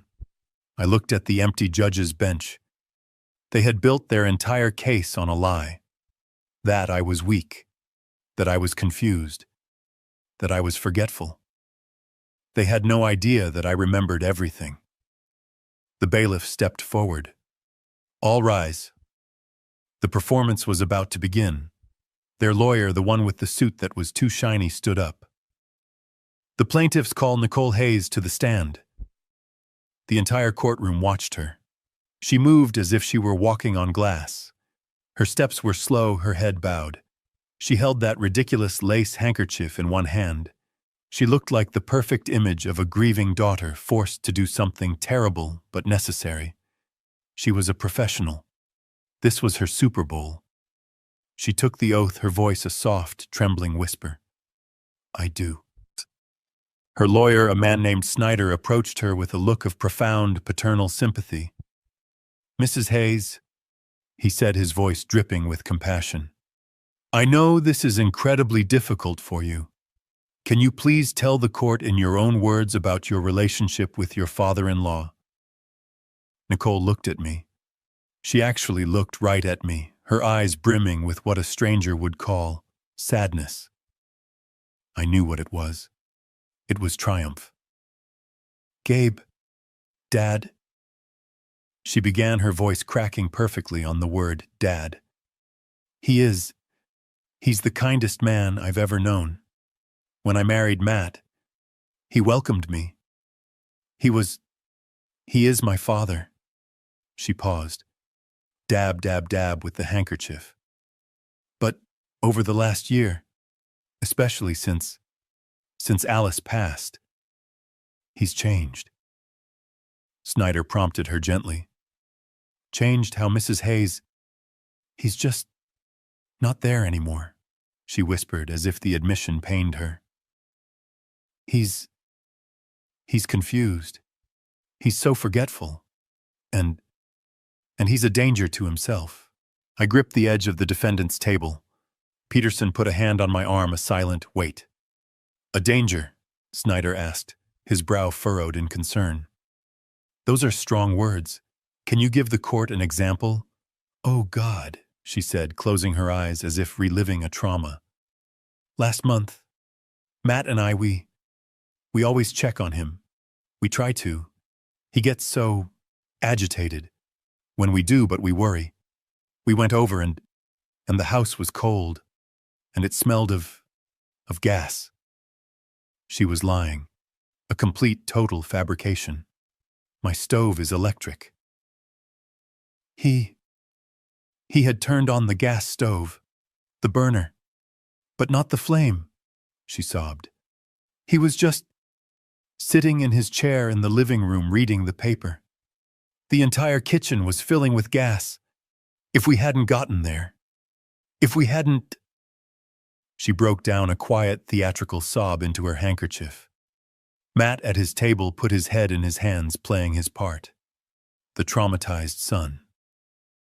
That's horrifying, Snyder said, letting the image hang in the air for the jury. And has there been anything else? He gets lost, she said, her voice small. He's lived in this town for 45 years. But last week, he went to the Roundup Cafe, a place he's been to 1,000 times, and he called Matt. He was crying. He was disoriented.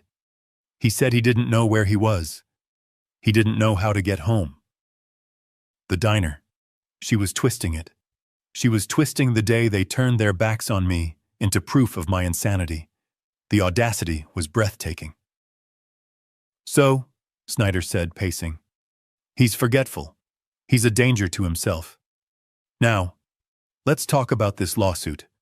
Your petition claims he made a financial promise to you. Can you explain that? Oh, it wasn't about a house, she said, shaking her head, as if the very idea was distasteful. It was about his words, his and Alice's. For years, they always told Matt, we're saving this for you. We're building this for you. When we're gone, the family will be taken care of. She looked at the judge, her eyes wide and sincere. "Your Honor, Gabe promised us. He promised he would help us. He promised he would invest in us. We trusted that promise. It was a family promise." "And what happened when you tried to act on that promise?" Snyder asked. Nicole's face darkened with a new, different kind of sadness. The sadness of a victim. We found our dream home. The home we wanted for our future children. We were so excited. We brought him the paperwork. It was just a formality. We thought he'd be happy for us. And was he? She took a sharp, shaky breath. He was a different person. His eyes, they were cold. He accused us. He accused Matt of trying to steal from him. He called me. He called me names I can't repeat in court. Another lie. I hadn't called her anything. I had just said no, but no wasn't dramatic enough for her story. He threw us out, she said, her voice rising in remembered panic. He threw us out of his house. He was violent in his refusal. He wasn't confused anymore. He was mean. That's when we knew. That's when we realized the man we loved, our father, was gone. Replaced by this angry, paranoid stranger. She had done it. She had painted the perfect picture. I wasn't just a forgetful old man.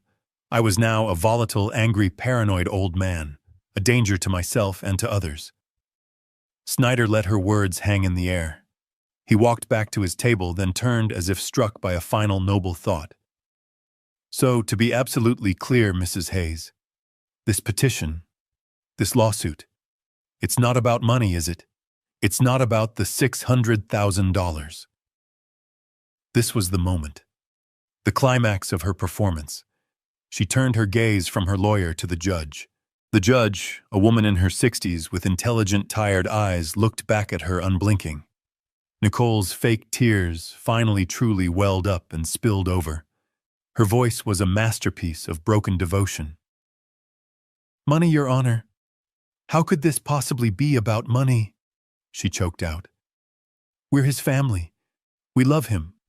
We just want to protect him. We just want to get him the help he needs.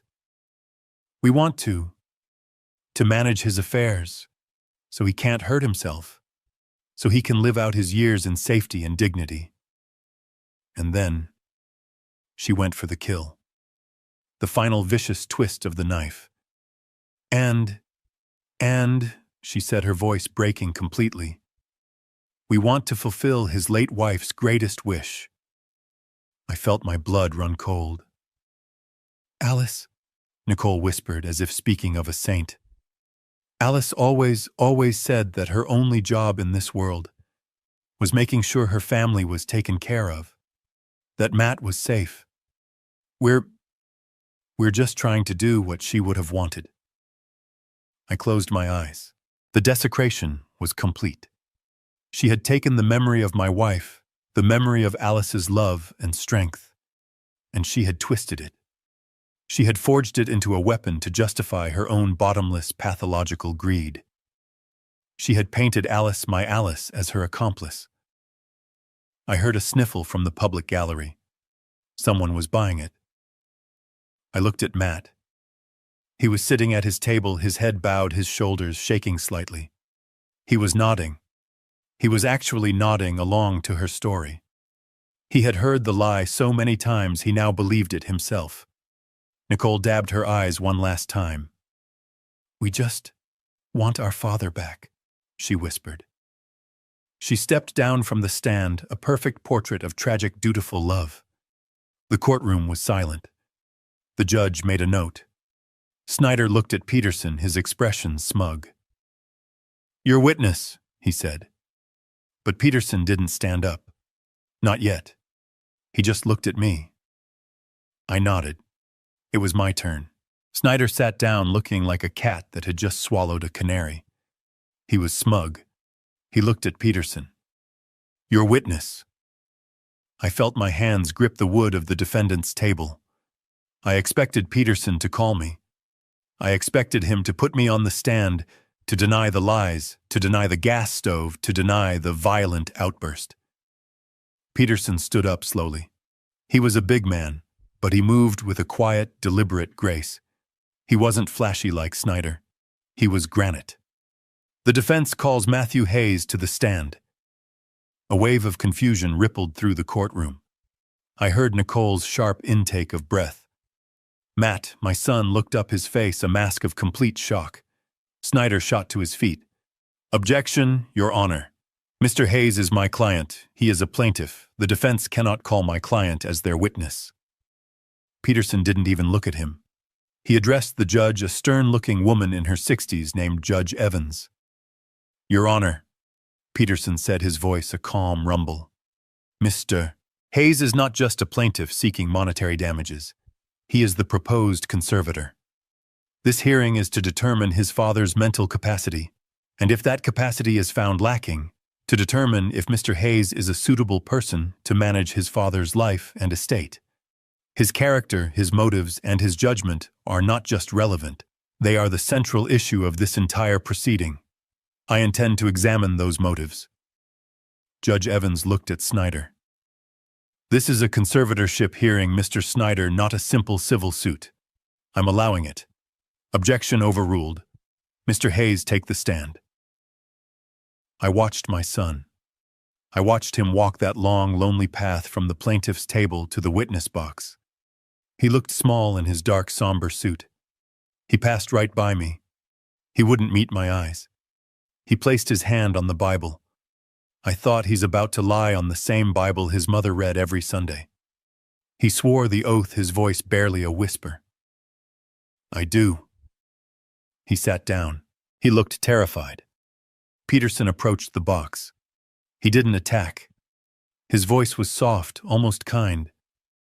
Mr. Hayes, you've just heard your wife's testimony. It was very moving. You must be terribly worried about your father. Matt visibly relaxed. This was familiar territory. The script. Yes, sir, he said, nodding, finding his footing. We both are. He's just not the man he was. He's confused. He's angry. We're scared for him. Scared for him, Peterson repeated, nodding. And you're worried about his finances, that in his confused state, he might mismanage them. Yes, he worked his whole life for what he has, Matt said, gaining confidence. We just want to protect that. Protect his legacy. It's what my mother Alice would have wanted. I felt my blood turn to ice. He dared. He dared to speak her name. He dared to use her as a shield for this. I looked at Peterson. Peterson's face was stone. So, Mr. Hayes, Peterson continued, his voice still soft. All of your actions, this lawsuit, this petition to have your father stripped of his rights, all of this comes from a place of love, of concern. Yes, Matt said, his voice firm now. 100%. We just want to help him. Help him, Peterson murmured. He paced a step. Then he turned, and the kindness was gone. His voice was no longer a rumble. It was a blade. Let's talk about the specific ways you've tried to help him. Peterson walked to his briefcase. He pulled out a single sheet of paper. Mr. Hayes, I'm holding a document from Bank of America dated October 15th of this year. It's a rejection letter for a $20,000 home equity line of credit in your father's name. Can you tell the court who filed this application? Snyder was on his feet. Objection, relevance. What does this have to do? Your Honor, Peterson cut him off. It has everything to do with it. It speaks directly to the plaintiff's pattern of behavior regarding his father's finances. Judge Evans held up a hand. I'll allow it. It is highly relevant. Answer the question, Mr. Hayes. Matt was white. He was staring at the paper in Peterson's hand as if it were a snake. I don't recall. I don't know anything about that. You don't recall? Peterson's voice was incredulous. That's strange, because the application was filed at 7:42 p.m. on Tuesday, October 15th. According to your own wife's testimony, that was the very same day your father supposedly had a violent paranoid episode and threw you out of his house. You must have been very concerned for his finances that night. Objection! Snyder yelled. Argumentative! Sustained, the judge said, but she was leaning forward now, her eyes fixed on Matt. Just ask the questions, Mr. Peterson. Let me refresh your memory, Mr. Hayes. Peterson continued, his voice like ice. This application was filed online. It used your father's correct social security number, his correct date of birth, and for the security question, his mother's maiden name, Kovacs. Is that a name you are familiar with, Mr. Hayes? I watched my son's face. I watched it crumble. He knew. He was caught. He looked at Nicole, a desperate, silent plea. Her face was frozen, her mask of grief replaced by one of pure panic. I might have, Matt stammered, his voice cracking. I was trying to check on his accounts, to see if he was okay. I was worried someone else might be stealing from him. You were checking on his accounts by applying for a $20,000 loan in his name without his permission? Peterson asked, his voice booming in the small courtroom. Is that what helping looks like, Mr. Hayes? Or is that what the Oregon State Penal Code calls identity theft? Objection! Snyder screamed, his face purple.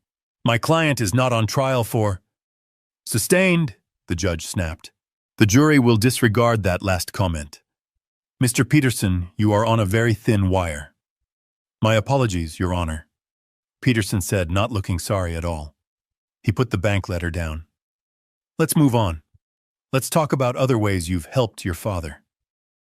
Matt was breathing hard now, his knuckles white on the railing of the witness box. Mr. Hayes, Peterson said, let's go back 1 week further, to October 10th. Your father was at a cardiology appointment in Portland for most of the day. Is that correct? I believe so. And while he was gone, you and your wife were at his house, weren't you? Matt's eyes darted to Nicole again. We stopped by to pick up his mail. He'd been forgetting. Forgetting the mail, Peterson said, nodding. Very thoughtful. The defense submits this affidavit. He handed a paper to the bailiff, who passed it to the judge. It's a sworn statement from Mrs. Agnes Henderson, your father's next-door neighbor of 45 years. In it, she testifies that she saw you and your wife Nicole inside your father's home for, and I quote, nearly a full hour. She also testifies that when your wife left, she was carrying a beige tote bag that was, quote, stuffed so full of papers I thought the handles would break. Peterson turned back to Matt. The kindness was gone. The civility was gone. This was an execution. Mr. Hayes, he thundered, were you helping your father when you broke into his file cabinet? Were you protecting him when you stole his 401k statements, his private pension documents, and his personal tax returns? We were worried, Matt shouted, his voice breaking. We were looking for his will. We were afraid. We were afraid in his confused state he might have lost it. Or changed it. So, you admit you took the documents, Peterson said, his voice dropping to a deadly whisper. No, we were just organizing, Peterson repeated. A noble act. And this lawsuit, this petition to have him declared insane, is that also organizing? We had to. Matt pleaded, his eyes now on the judge. He's sick. He doesn't know what he's doing. We're just trying to manage his affairs. Ah, Peterson said. His affairs. Let's talk about that. Mr. Hayes, you have a good job, don't you? Regional sales manager at John Deere. Matt seemed to grab onto this like a lifeline, a topic he understood. Yes, he said, straightening up slightly. Yes, I do. You sell tractors, farm equipment, a solid, respectable job, an honest living. Yes, Matt said. Is it still correct, Mr. Hayes? Matt just stared at him. Oh.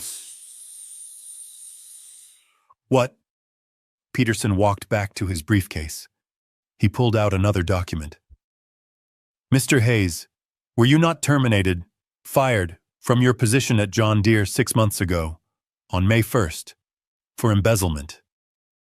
The courtroom exploded. Snyder was on his feet screaming, "Objection! Objection! Relevance! Character assassination!" Objection. But it was too late. The bomb had gone off. The words were hanging in the air. Embezzlement. Peterson ignored the lawyer and threw the documents onto the clerk's desk. Your Honor, the defense submits Mr. Hayes' termination letter from John Deere and the signed restitution agreement, where he admits to falsifying expense reports and stealing $5,000 from his employer. Order! The judge yelled, banging her gavel. Order in my court! Peterson waited until the noise died down his face, a mask of cold fury. He turned to the judge. Your Honor, it is entirely relevant. The plaintiffs have built their entire case on the foundation that they are concerned for Mr. Hayes' welfare. We are here to prove with this evidence that this case has nothing to do with concern. It has nothing to do with love. It is about desperation. It is about bankruptcy. It is about debt. I looked at Matt. My son. He wasn't the dutiful son anymore. He wasn't the loving protector. He was just a thief, a common, pathetic thief. He had his head in his hands, his shoulders shaking. I looked at Nicole. Her mask was gone. She was not looking at her husband with love or sympathy. She was staring at him with a look of such pure, unadulterated hatred, a look that said, "You didn't just fail. You got caught." The judge slammed her gavel again. Order, Mr. Snyder. I am overruling your objection. This evidence speaks directly to the plaintiff's motive, and I suggest you take a long recess. She looked at Matt, then at Nicole, her eyes filled with disgust. Because right now, your case has a catastrophic credibility problem. The courtroom was chaos. Snyder was on his feet, his face a blotchy, furious red, screaming, "Objection!" Judge Evans was banging her gavel, her voice cracking as she yelled, "Order, order in my court! I will clear this room!" I looked at my son. Matt was still in the witness box, but he wasn't a witness anymore. He was just wreckage. He was staring at his hands, his face pale and slick with sweat. He looked like a man who had just been in a car crash he didn't see coming. I looked at Nicole. Her mask of the tragic grieving daughter was gone. It had shattered, and what was left underneath was ugly. She was staring at Matt, not with sympathy, not with love. She was staring at him with a look of such pure, undiluted, venomous contempt. It was the look of a predator who had just watched her partner step in a trap, ruining the hunt for both of them. She was furious, trapped in a room with a failure, and she knew it. Judge Evans finally slammed her gavel one last time, a sharp crack that silenced the room. "Sit down, counsel," she barked at Snyder. He sank into his chair, humiliated. The judge looked at Peterson, then at the documents he had submitted. The termination letter, the restitution agreement, embezzlement. Her eyes, when they finally lifted, were cold as steel. She looked at Snyder. "Counselor," she said, her voice dangerously quiet. "Given this revelation regarding your client's fundamental credibility, do you have anything else you'd like to offer this court?" Or are we done here? I could see the panic in Snyder's eyes. His entire case, the only case he had, was that I was a paranoid, incompetent old man who needed to be protected. And Peterson had just proven in less than 5 minutes that I wasn't paranoid at all. I was being hunted. Snyder stood up. He was sweating. I could see the dark patch on the back of his shiny suit jacket. He fumbled with his papers, his hands shaking. He had one move left. It wasn't a legal move. It was a tantrum. It was a desperation play. He abandoned the incompetence argument completely. He abandoned the conservatorship. He knew that was dead. He pivoted. He turned his back on Matt, discarding his own client, and faced the judge. He tried to reclaim that compassionate fatherly tone he had used with Nicole, but his voice was trembling with rage. "Your Honor," he said, trying to sound reasonable, "what Mr. Peterson has just revealed about my client, Mr. Hayes, while unfortunate, and perhaps a sign of deep financial and emotional stress, it does not change the central moral fact of this case." I looked at Peterson. Peterson just leaned back, clasping his hands. A small, almost invisible smile touched his lips. He was letting him do it. He was handing him the rope. "And what moral fact is that, counselor?" Judge Evans asked, her voice dripping with impatience. "The fact, Your Honor," Snyder said, and he turned his arm outstretched, pointing a finger directly at me. "The fact that Mr. Gabriel Hayes, my client's father, is a wealthy man." I stiffened. Here it was. "He is sitting on a paid-off house that we have established is worth at least $600,000. He is sitting on a massive 401k. He is sitting on a pension. He has, by his own admission, no debts, and he has refused, cruelly, to help his only child." Snyder was pacing now, finding his rhythm. He was no longer a lawyer. He was a preacher full of fire and false righteousness. "Yes, my client made a mistake," he yelled. "A terrible mistake born of desperation, a desperation that was caused by his own father. This wealthy, comfortable, retired man who refused him, who looked his only family in the eye and refused to help. He was trying to make me the villain. He was trying to say that my no was the crime that led to all the others." He slammed his hand on the plaintiff's table. Nicole, lost in her own panic, jumped. "That, Your Honor, that is the real abuse in this courtroom. That is moral cruelty. That is a father failing in his most basic fundamental duty. My clients are here on their knees begging for help. And this man has the power to fix all of it. He has the power to save his family. But he won't." He pointed at me again. The gesture was rude, invasive. "He is hoarding his wealth. He is letting it rot in a bank account, while his own son and daughter-in-law face financial ruin. He may be competent according to some test, but he is not a competent father. He is not a competent man. This isn't just about a promise. This is about decency. He has a moral obligation to his blood, and if he will not honor that obligation, then this court must compel him to—" He let the words hang in the air. Moral obligation. He was trying to shame me. He was trying to shame the judge into forcing me to give them the $600,000 as a punishment for being a bad father.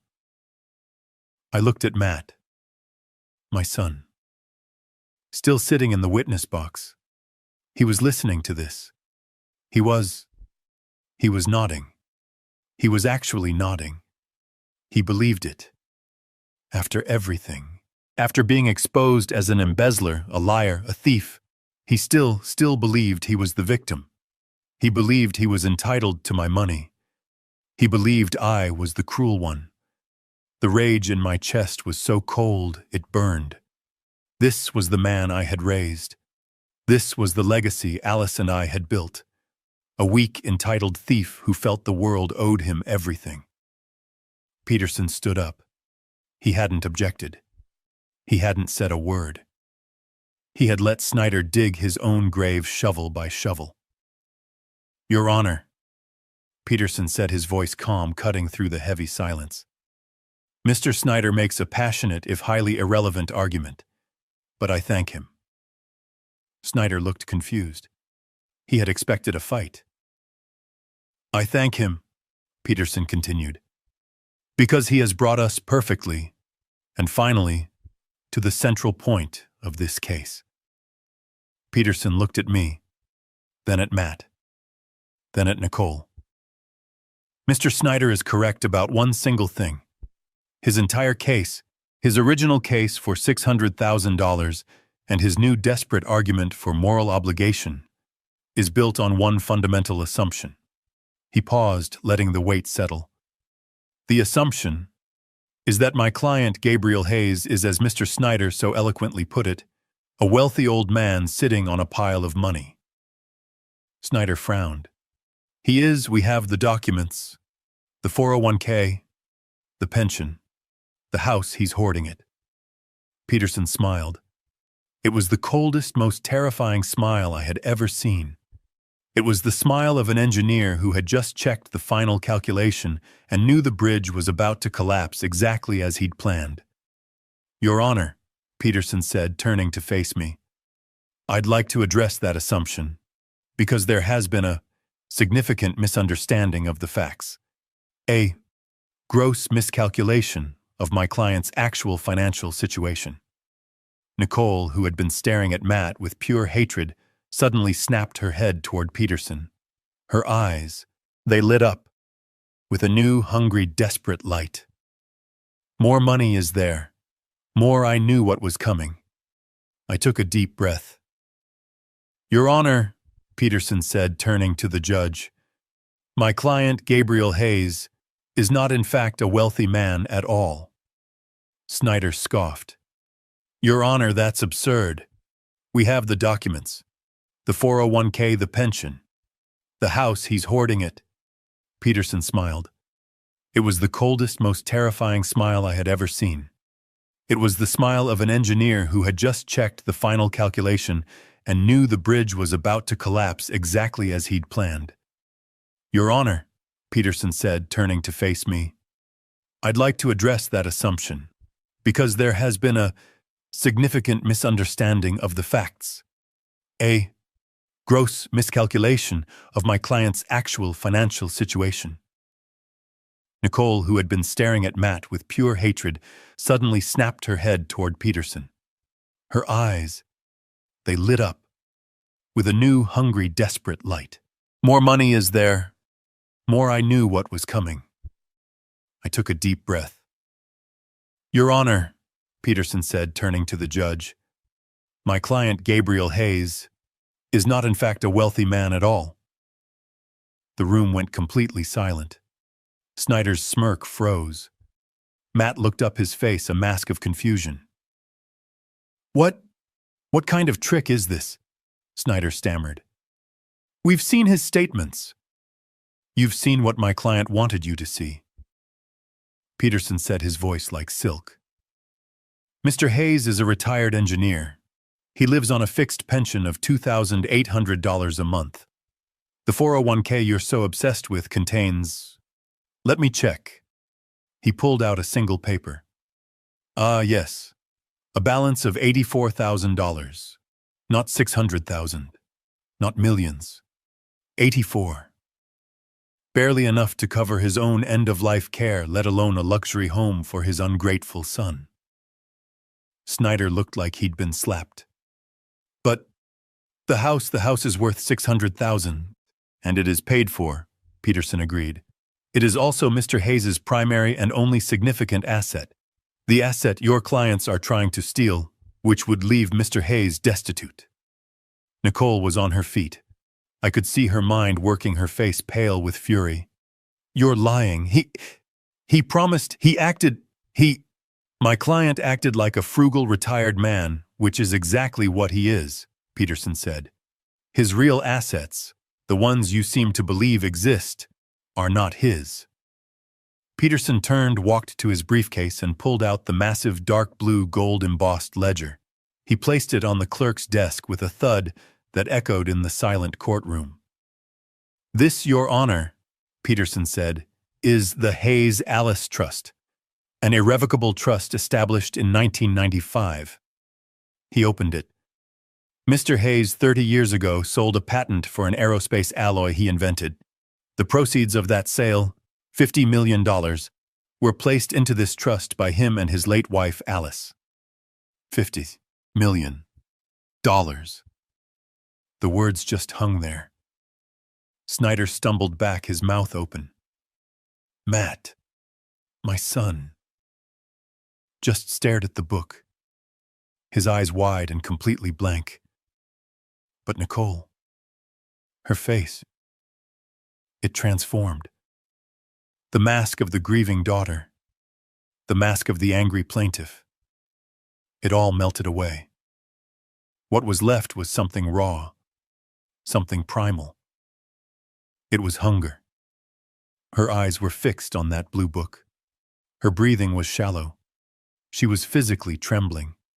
She wasn't seeing a legal document. She was seeing a vault she had just been told she couldn't open. 50 million, she whispered. I could see her lips form the words. She turned to her lawyer, her voice a harsh, desperate hiss. Snyder, that's it. That's the money. He is rich. He lied. He's been lying to us all along. She stood up, pointing a shaking finger at me. Your Honor, this proves it. This proves everything. He has the money. He can pay. We're amending our lawsuit. And she was frantic, a shark that had just tasted blood in the water. We're not just suing for the $600,000. We. She looked at Matt, grabbing his arm. Matt, tell them we're his family. That money, that trust, it's ours. It's his. He has to give it to us. She turned back to the judge, her eyes wild. We demand the $600,000 from the trust. She had done it. She had said the magic words. Peterson just stood there. He watched her. He let her scream. He let her expose the bottomless, ugly pit of her greed to the entire courtroom. He waited until she was breathing hard, her chest heaving, her eyes dark. This is a trap. Then he turned to the judge. Peterson just stood there. He let her scream. He let her demand the $50 million. He let her, in front of a judge and a full courtroom, complete her transformation from a grieving daughter-in-law into a ravenous wolf. Only when Nicole was finished breathing hard, her eyes fixed on the blue ledger like it was a piece of meat, did Peterson turn. He didn't speak to Nicole. He didn't speak to Snyder. He spoke only to the judge. Your Honor, Peterson said, his voice calm. That is precisely why Mrs. Alice Hayes, a woman of remarkable foresight, included Section 4, Article B. She anticipated this very day. Judge Evans looked down at the massive trust document Peterson had submitted. The courtroom was dead silent. The only sound was the rustle of the judge turning a page. I looked at Matt. He was still in the witness box, a forgotten player in his own drama. He was watching the judge, his face blank. I looked at Nicole. She was vibrating with a terrible, greedy energy. She was leaning forward, her hands gripping the plaintiff's table like she was about to launch herself over it to grab the book. Judge Evans found the page. She put on her own reading glasses. Mr. Peterson, the judge said, her voice dry as dust. You are referring to the moral character clause. I am, Your Honor, Peterson said. The judge looked up over her glasses, first at Nicole, then at Matt, who was still trapped in the witness box. This is a legally binding, irrevocable trust, the judge stated, her voice echoing in the silence. The terms are unbreakable. She looked back down at the page. She read the words aloud, her voice clear and cutting. The assets of this trust, she read, are designated primarily for the benefit of any and all grandchildren of the creators. The primary beneficiary, Matthew Hayes. She paused, letting the names settle. May only assume a managerial role as executor or receive any discretionary funds upon demonstrating. The judge paused again, took off her glasses, and looked directly at my son. Demonstrating the highest standard of financial responsibility and moral character. The silence in the room was absolute. It was the silence of a vacuum. Nicole's face froze. Her eyes darted from the judge to Matt. She didn't understand. What does that mean? She hissed at Snyder. Tell them he has character. Snyder was pale. He was a property lawyer. He looked like he had just been pushed into a shark tank. He knew exactly what that meant. Judge Evans ignored them. Her gaze was locked on my son. He was a fly trapped in amber. Mr. Hayes, the judge said, her voice was not unkind. It was something far worse. It was disappointed. You are still under oath. You have been sitting in that chair for the last 20 minutes. You have listened to the evidence presented by the defense. She began to list the items not like a lawyer, but like a mother disappointed in a child. Evidence that you were terminated from your job for embezzlement. Evidence that you are facing bankruptcy due to profound financial irresponsibility. Evidence, and that you and your wife knowingly lied to this court in a sworn affidavit. Evidence that you attempted to defraud a bank by stealing your father's identity. Evidence that you filed a false malicious report with Adult Protective Services against the very man you are petitioning to protect. With every item, Matt seemed to shrink, sinking lower and lower into the witness chair. The judge leaned forward. The entire courtroom leaned forward with her. She looked at this broken, trembling 42-year-old man. Mr. Hayes, she said, her voice dropping to a quiet, devastating finality. My question for you is this. She held his gaze. Do you believe, honestly, that the man I have just described, the man who has sat in my courtroom this morning and lied under oath, the man who attempted to steal from his own 70-year-old father, first by theft and then by trying to have him declared legally insane? She paused. Do you really believe that this man, that you, meet the highest standard of moral character? The question landed. It was not a question. It was a verdict. Matt's face crumpled. It was the same look I saw when he was 10 and had to give me that $20 bill. The look of being caught, of being known, of having nowhere left to hide. He opened his mouth. A small, dry croak came out.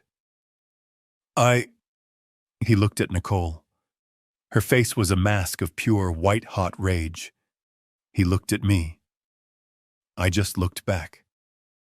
I felt nothing. Just empty. He looked at the judge. And the man I had raised, the son of Alice Hayes, broke. He put his face in his hands. And in a courtroom full of strangers, he began to sob. Ugly, heaving, pathetic sobs. The sobs of a man who had just lost everything.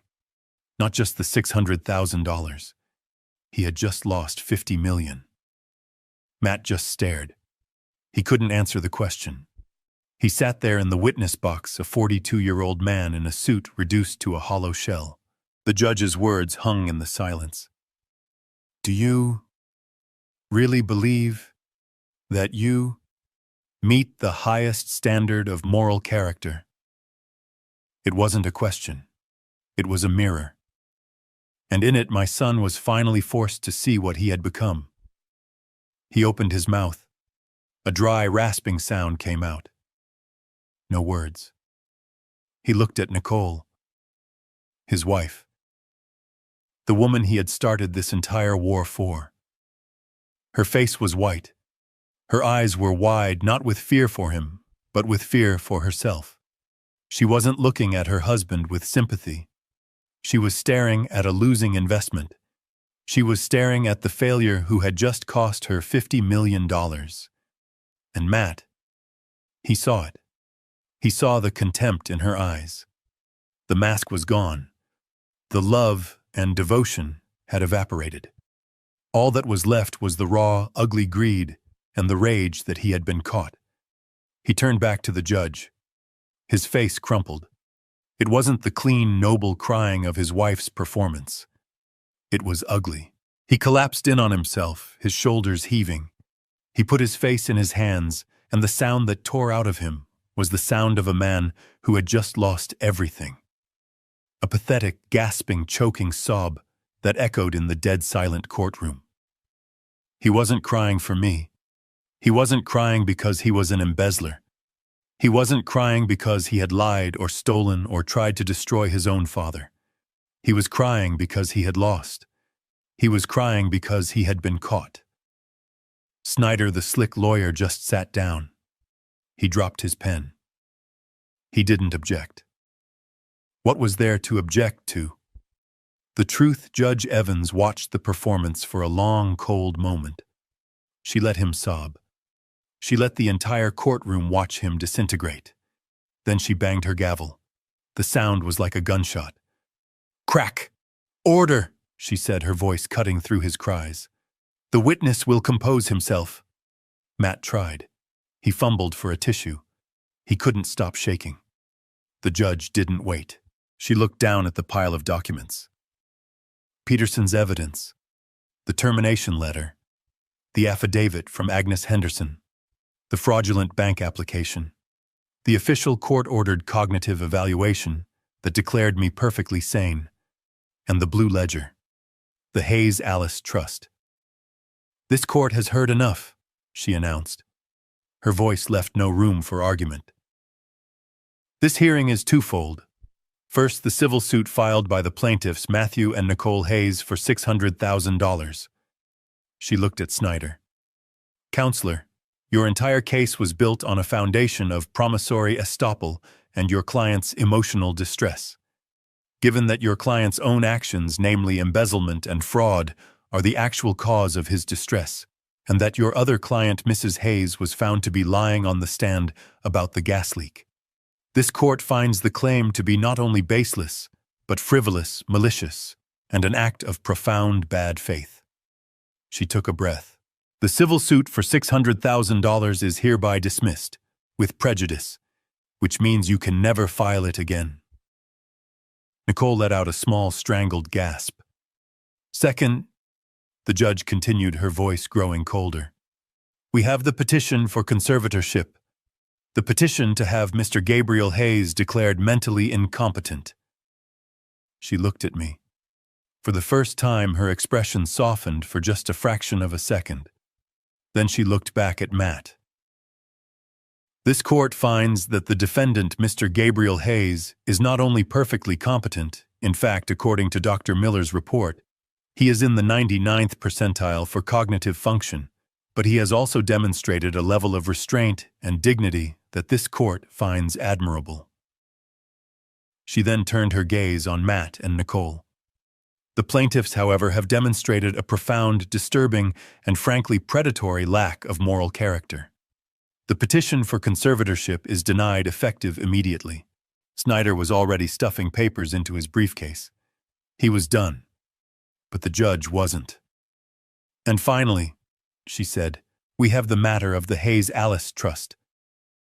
Nicole, who had been frozen, suddenly looked up. There was a flicker of insane, desperate hope in her eyes. Judge Evans looked down at the blue ledger. "Mr. Peterson," she said, "the moral character clause. It is ironclad. This court finds that Matthew Hayes has, by his own actions, admissions, and the overwhelming evidence presented here today, has irrevocably violated Section 4, Article B." She looked at Matt, who had stopped crying and was just staring, his face slick with tears. "Therefore," the judge declared, "Matthew Hayes is hereby permanently disqualified from ever serving as an executor, manager, or discretionary beneficiary of this trust. His interest, present and future, is terminated, effective immediately." It was over. A sound tore out of Nicole's throat. It was not a cry. It was a shriek, a raw animal sound of pure, thwarted rage. No, you can't. It's not fair. It's his. He's the son. You can't just take it from him. He's family. Peterson sat down. I stood up. I stood up slowly. My old knees cracked. I looked at Judge Evans. Your Honor, may I address the plaintiffs? The judge looked at me. She nodded. Briefly, Mr. Hayes. I turned. I didn't look at Matt. I looked at her. You keep using that word. I said, my voice quiet, but it carried in the dead silence of the room. Family.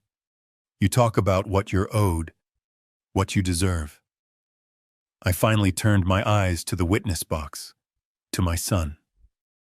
He never asked, I said, my voice rough. He never once came to me as a son. He didn't come to me and say, Dad, I'm in trouble. I failed. I lost my job. I'm drowning. Please help me. I took a step closer. He came to me as a thief. He came into my house, the house his mother loved, and he rifled through my life. He stole my papers. He tried to steal my identity. He stole what he thought was all I had. He chose fraud instead of family. He was willing to tell a court of law that his own father was insane. He was willing to have me locked away. He was willing to make me homeless, just to get his hands on a few $1,000s from my 401k. I looked back at Nicole. Her face was a mask of disbelief. You're wrong, Nicole, I said. My $50 million was never the secret. I was never hiding money from you. I was trying to protect my son from himself. I was trying to give him a chance to be the man his mother Alice raised him to be. A man of character. I pointed at Matt, still weeping in the witness box. My money wasn't the secret. I said, my voice breaking with a cold, terrible clarity. His character's the secret. And now we all see it. I sat down. The silence was absolute. Judge Evans put her glasses back on. She looked at the plaintiff's table. This hearing is concluded, she said. She stood up. And furthermore, based on the testimony and evidence of embezzlement, perjury under oath, conspiracy to commit fraud, identity theft, and the filing of a false malicious report to Adult Protective Services, this court is referring this entire matter to the District Attorney's Office for a full criminal investigation. Crack. The gavel fell. It was done. I watched a bailiff walk over to Matt. He was no longer a witness. He was a defendant. Nicole was frozen, her mouth open, the shriek stillborn on her lips. She had lost. She had lost the house. She had lost the $50 million. She had lost everything. Peterson put his hand on my back. It's over, Gabe. I nodded. I stood up. I didn't look at them again. I didn't look at my son. I didn't look at the ruin I had built and the ruin he had become. I just walked out of the courtroom. I pushed open the heavy wooden doors and walked out into the bright, cold, ordinary sunlight. I sold the house in Oregon. I sold the old truck. I let the lawyers and the trust handle the rest. I used my pension, the money I had earned, the decoy money, and I bought a small 2-bedroom condo in San Diego. The place Alice and I always said we'd retire to but never did. The $50 million trust, it's still there. Peterson manages it. It goes to engineering scholarships now. It goes to the university where I developed the alloy. It builds things, it doesn't destroy them. Matt and Nicole, they're facing multiple felony charges. They declared bankruptcy. The last I heard, Nicole left him. She finally realized you can't get blood from a stone. I sit on my new balcony now. I can smell the salt from the ocean. I'm drinking coffee from a brand new machine. It works perfectly every time. I lost my son. But I kept my word to Alice. I protected our legacy, and I am finally at peace. Matt couldn't speak. He just broke. The man I had raised, the son of Alice Hayes, just sat there in the witness box, his face a grotesque mask of tears and sweat. He was a hollowed-out building, the foundation rotted, finally collapsing in on itself. He opened his mouth, but only a dry, rasping sound came out. He couldn't answer the question. He couldn't defend the indefensible. He looked at Nicole. Her face was no longer angry. It was white. Sheet white. A mask of pure, unadulterated terror. She finally understood. She had overplayed her hand. She had flown too close to the sun, and the reality of her failure was melting her wings. He looked at me. I just looked back. I felt nothing. Just a vast, cold emptiness. He turned back to the judge, and he did the only thing he could.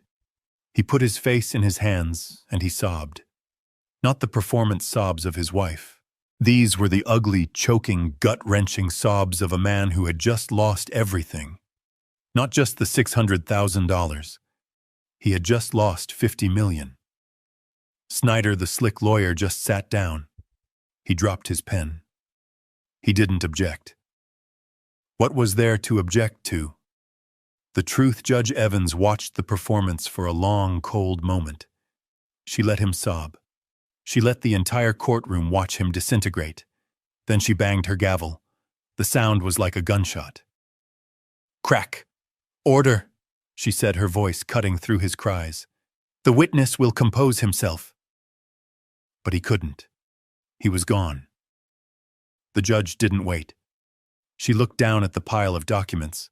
Peterson's evidence, the termination letter, the affidavit from Agnes Henderson, the fraudulent bank application, the official court-ordered cognitive evaluation that declared me perfectly sane, and the blue ledger, the Hayes Alice Trust.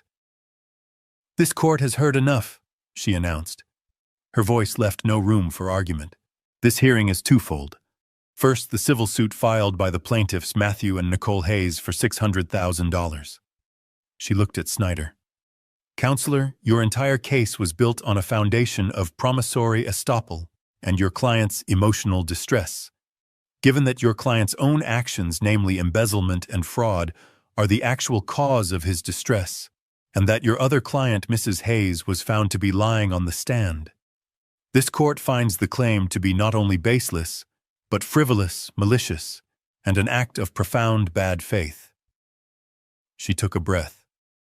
The civil suit for $600,000 is hereby dismissed, with prejudice, which means you can never file it again. Nicole let out a small strangled gasp like she'd been punched. Second, the judge continued, her voice growing colder. We have the petition for conservatorship. The petition to have Mr. Gabriel Hayes declared mentally incompetent. She looked at me. For the first time, her expression softened for just a fraction of a second. Then she looked back at Matt. This court finds that the defendant, Mr. Gabriel Hayes, is not only perfectly competent, in fact, according to Dr. Miller's report, he is in the 99th percentile for cognitive function, but he has also demonstrated a level of restraint and dignity that this court finds admirable. She then turned her gaze on Matt and Nicole. The plaintiffs, however, have demonstrated a profound, disturbing, and frankly predatory lack of moral character. The petition for conservatorship is denied effective immediately. Snyder was already stuffing papers into his briefcase. He was done, but the judge wasn't. And finally, she said, we have the matter of the Hayes Alice Trust. Nicole, who had been frozen, suddenly looked up. There was a flicker of insane, desperate hope in her eyes. Judge Evans looked down at the blue ledger. Mr. Peterson, she said, the moral character clause. It is ironclad. This court finds that Matthew Hayes has, by his own actions, admissions, and the overwhelming evidence presented here today, has irrevocably violated Section 4, Article B. She looked at Matt, who had stopped crying and was just staring, his face slick with tears. Therefore, the judge declared, Matthew Hayes is hereby permanently disqualified from ever serving as an executor, manager, or discretionary beneficiary of this trust. His interest, present and future, is terminated, effective immediately. It was over. A sound tore out of Nicole's throat. It was not a cry. It was a shriek, a raw animal sound of pure, thwarted rage. No, you can't. It's not fair. It's his. He's the son. You can't just take it from him. He's family. But the judge wasn't finished. She raised her voice over Nicole's scream. And furthermore, based on the testimony and evidence of embezzlement, perjury under oath, conspiracy to commit fraud, identity theft, and the filing of a false malicious report to Adult Protective Services, this court is referring this entire matter to the district attorney's office for a full criminal investigation. Crack. The gavel fell. It was done. Nicole stopped shrieking. She was just staring, frozen. She had lost. She had lost the house. She had lost the $50 million. And she had just, in all likelihood, lost her freedom. I watched a bailiff walk over to Matt. He was no longer a witness. He was a defendant. Peterson put his hand on my back. It's over, Gabe. I nodded. I stood up. I didn't look at them again. I didn't look at my son. I didn't look at the ruin I had built and the ruin he had become. I just walked out of the courtroom. I pushed open the heavy wooden doors and walked out into the bright, cold, ordinary sunlight. I didn't watch them. I didn't stay to see Nicole's final silent shriek or Matt's hollow-eyed stare as the bailiff told him to remain seated. I just stood up. My old knees cracked. I felt every one of my 70 years. Peterson put his hand on my back. It's over, Gabe. I nodded. I didn't look back at them. I didn't look at my son. I didn't look at the ruin I had built and the ruin he had become. I just walked out of the courtroom. I pushed open the heavy wooden doors and walked out into the bright, cold, ordinary sunlight alone. They had lost. They had sued me for $600,000 and left with nothing but the clothes on their backs. They had smelled $50 million, and in their desperate, sloppy greed, they had slammed the vault door shut on their own hands, locking it forever. They would walk out of that courtroom, not just bankrupt, but facing a grand jury, criminal charges for fraud, identity theft, and perjury. They had lost their house, their non-existent inheritance, and their freedom. I sold the house in Oregon, the one with the cracked linoleum and the peeling paint. I sold the old F-150. I let Peterson and the trust handle the rest. I let the district attorney handle them. I took my pension, the money I had earned, the decoy money they thought was my whole world, and I bought a small 2-bedroom condo in San Diego. It's not big. It's not fancy. But the sliding glass door opens onto a small balcony. Alice and I always said we'd retire here. We always said someday. We were always saving, always waiting. I'm sitting on that balcony now. I can smell the salt from the ocean. The air is warm. I'm drinking coffee. It's from a brand new machine. I bought it last week. It has a digital display and a built-in grinder. It works perfectly every single time. The $50 million trust, it's still there. Peterson manages it. As per Alice's final clear-eyed wishes since Matt failed the test, the money goes to where it can do some good. It's funding engineering scholarships at my old university. It's building libraries for kids who want to learn. It's building things that last, not things that get torn down by greed. I lost my son. I know that. I lost him a long time ago, maybe even before Alice died. I just didn't want to see it. But I kept my word to her. I protected our legacy. I protected what we built. And I am finally at peace. I spent 30 years hiding my wealth because I was afraid it would ruin my son's character. The irony is that my lack of wealth, or what he thought was a lack, is what truly exposed his. This nightmare taught me a hard lesson. You can't protect people from themselves. Money doesn't create character. It only reveals what was already there, or what was missing. I tried to protect my son from a curse, but I learned that the real curse wasn't the $50 million. It was his own greed. My wife and I tried to teach our son the value of hard work by hiding our wealth. Do you think we made a mistake? Tell me what you truly think in the comments below. When I look back, my greatest mistake wasn't saying no, but waiting too long to say it. I believed silence would protect my home, but it only encouraged entitlement. My advice is simple: don't be like me. Love your family, but never surrender your dignity or your boundaries. This family story taught me that character matters more than blood. In this family story, I learned that money doesn't corrupt, it reveals. Every family story reaches a moment when truth must stand alone.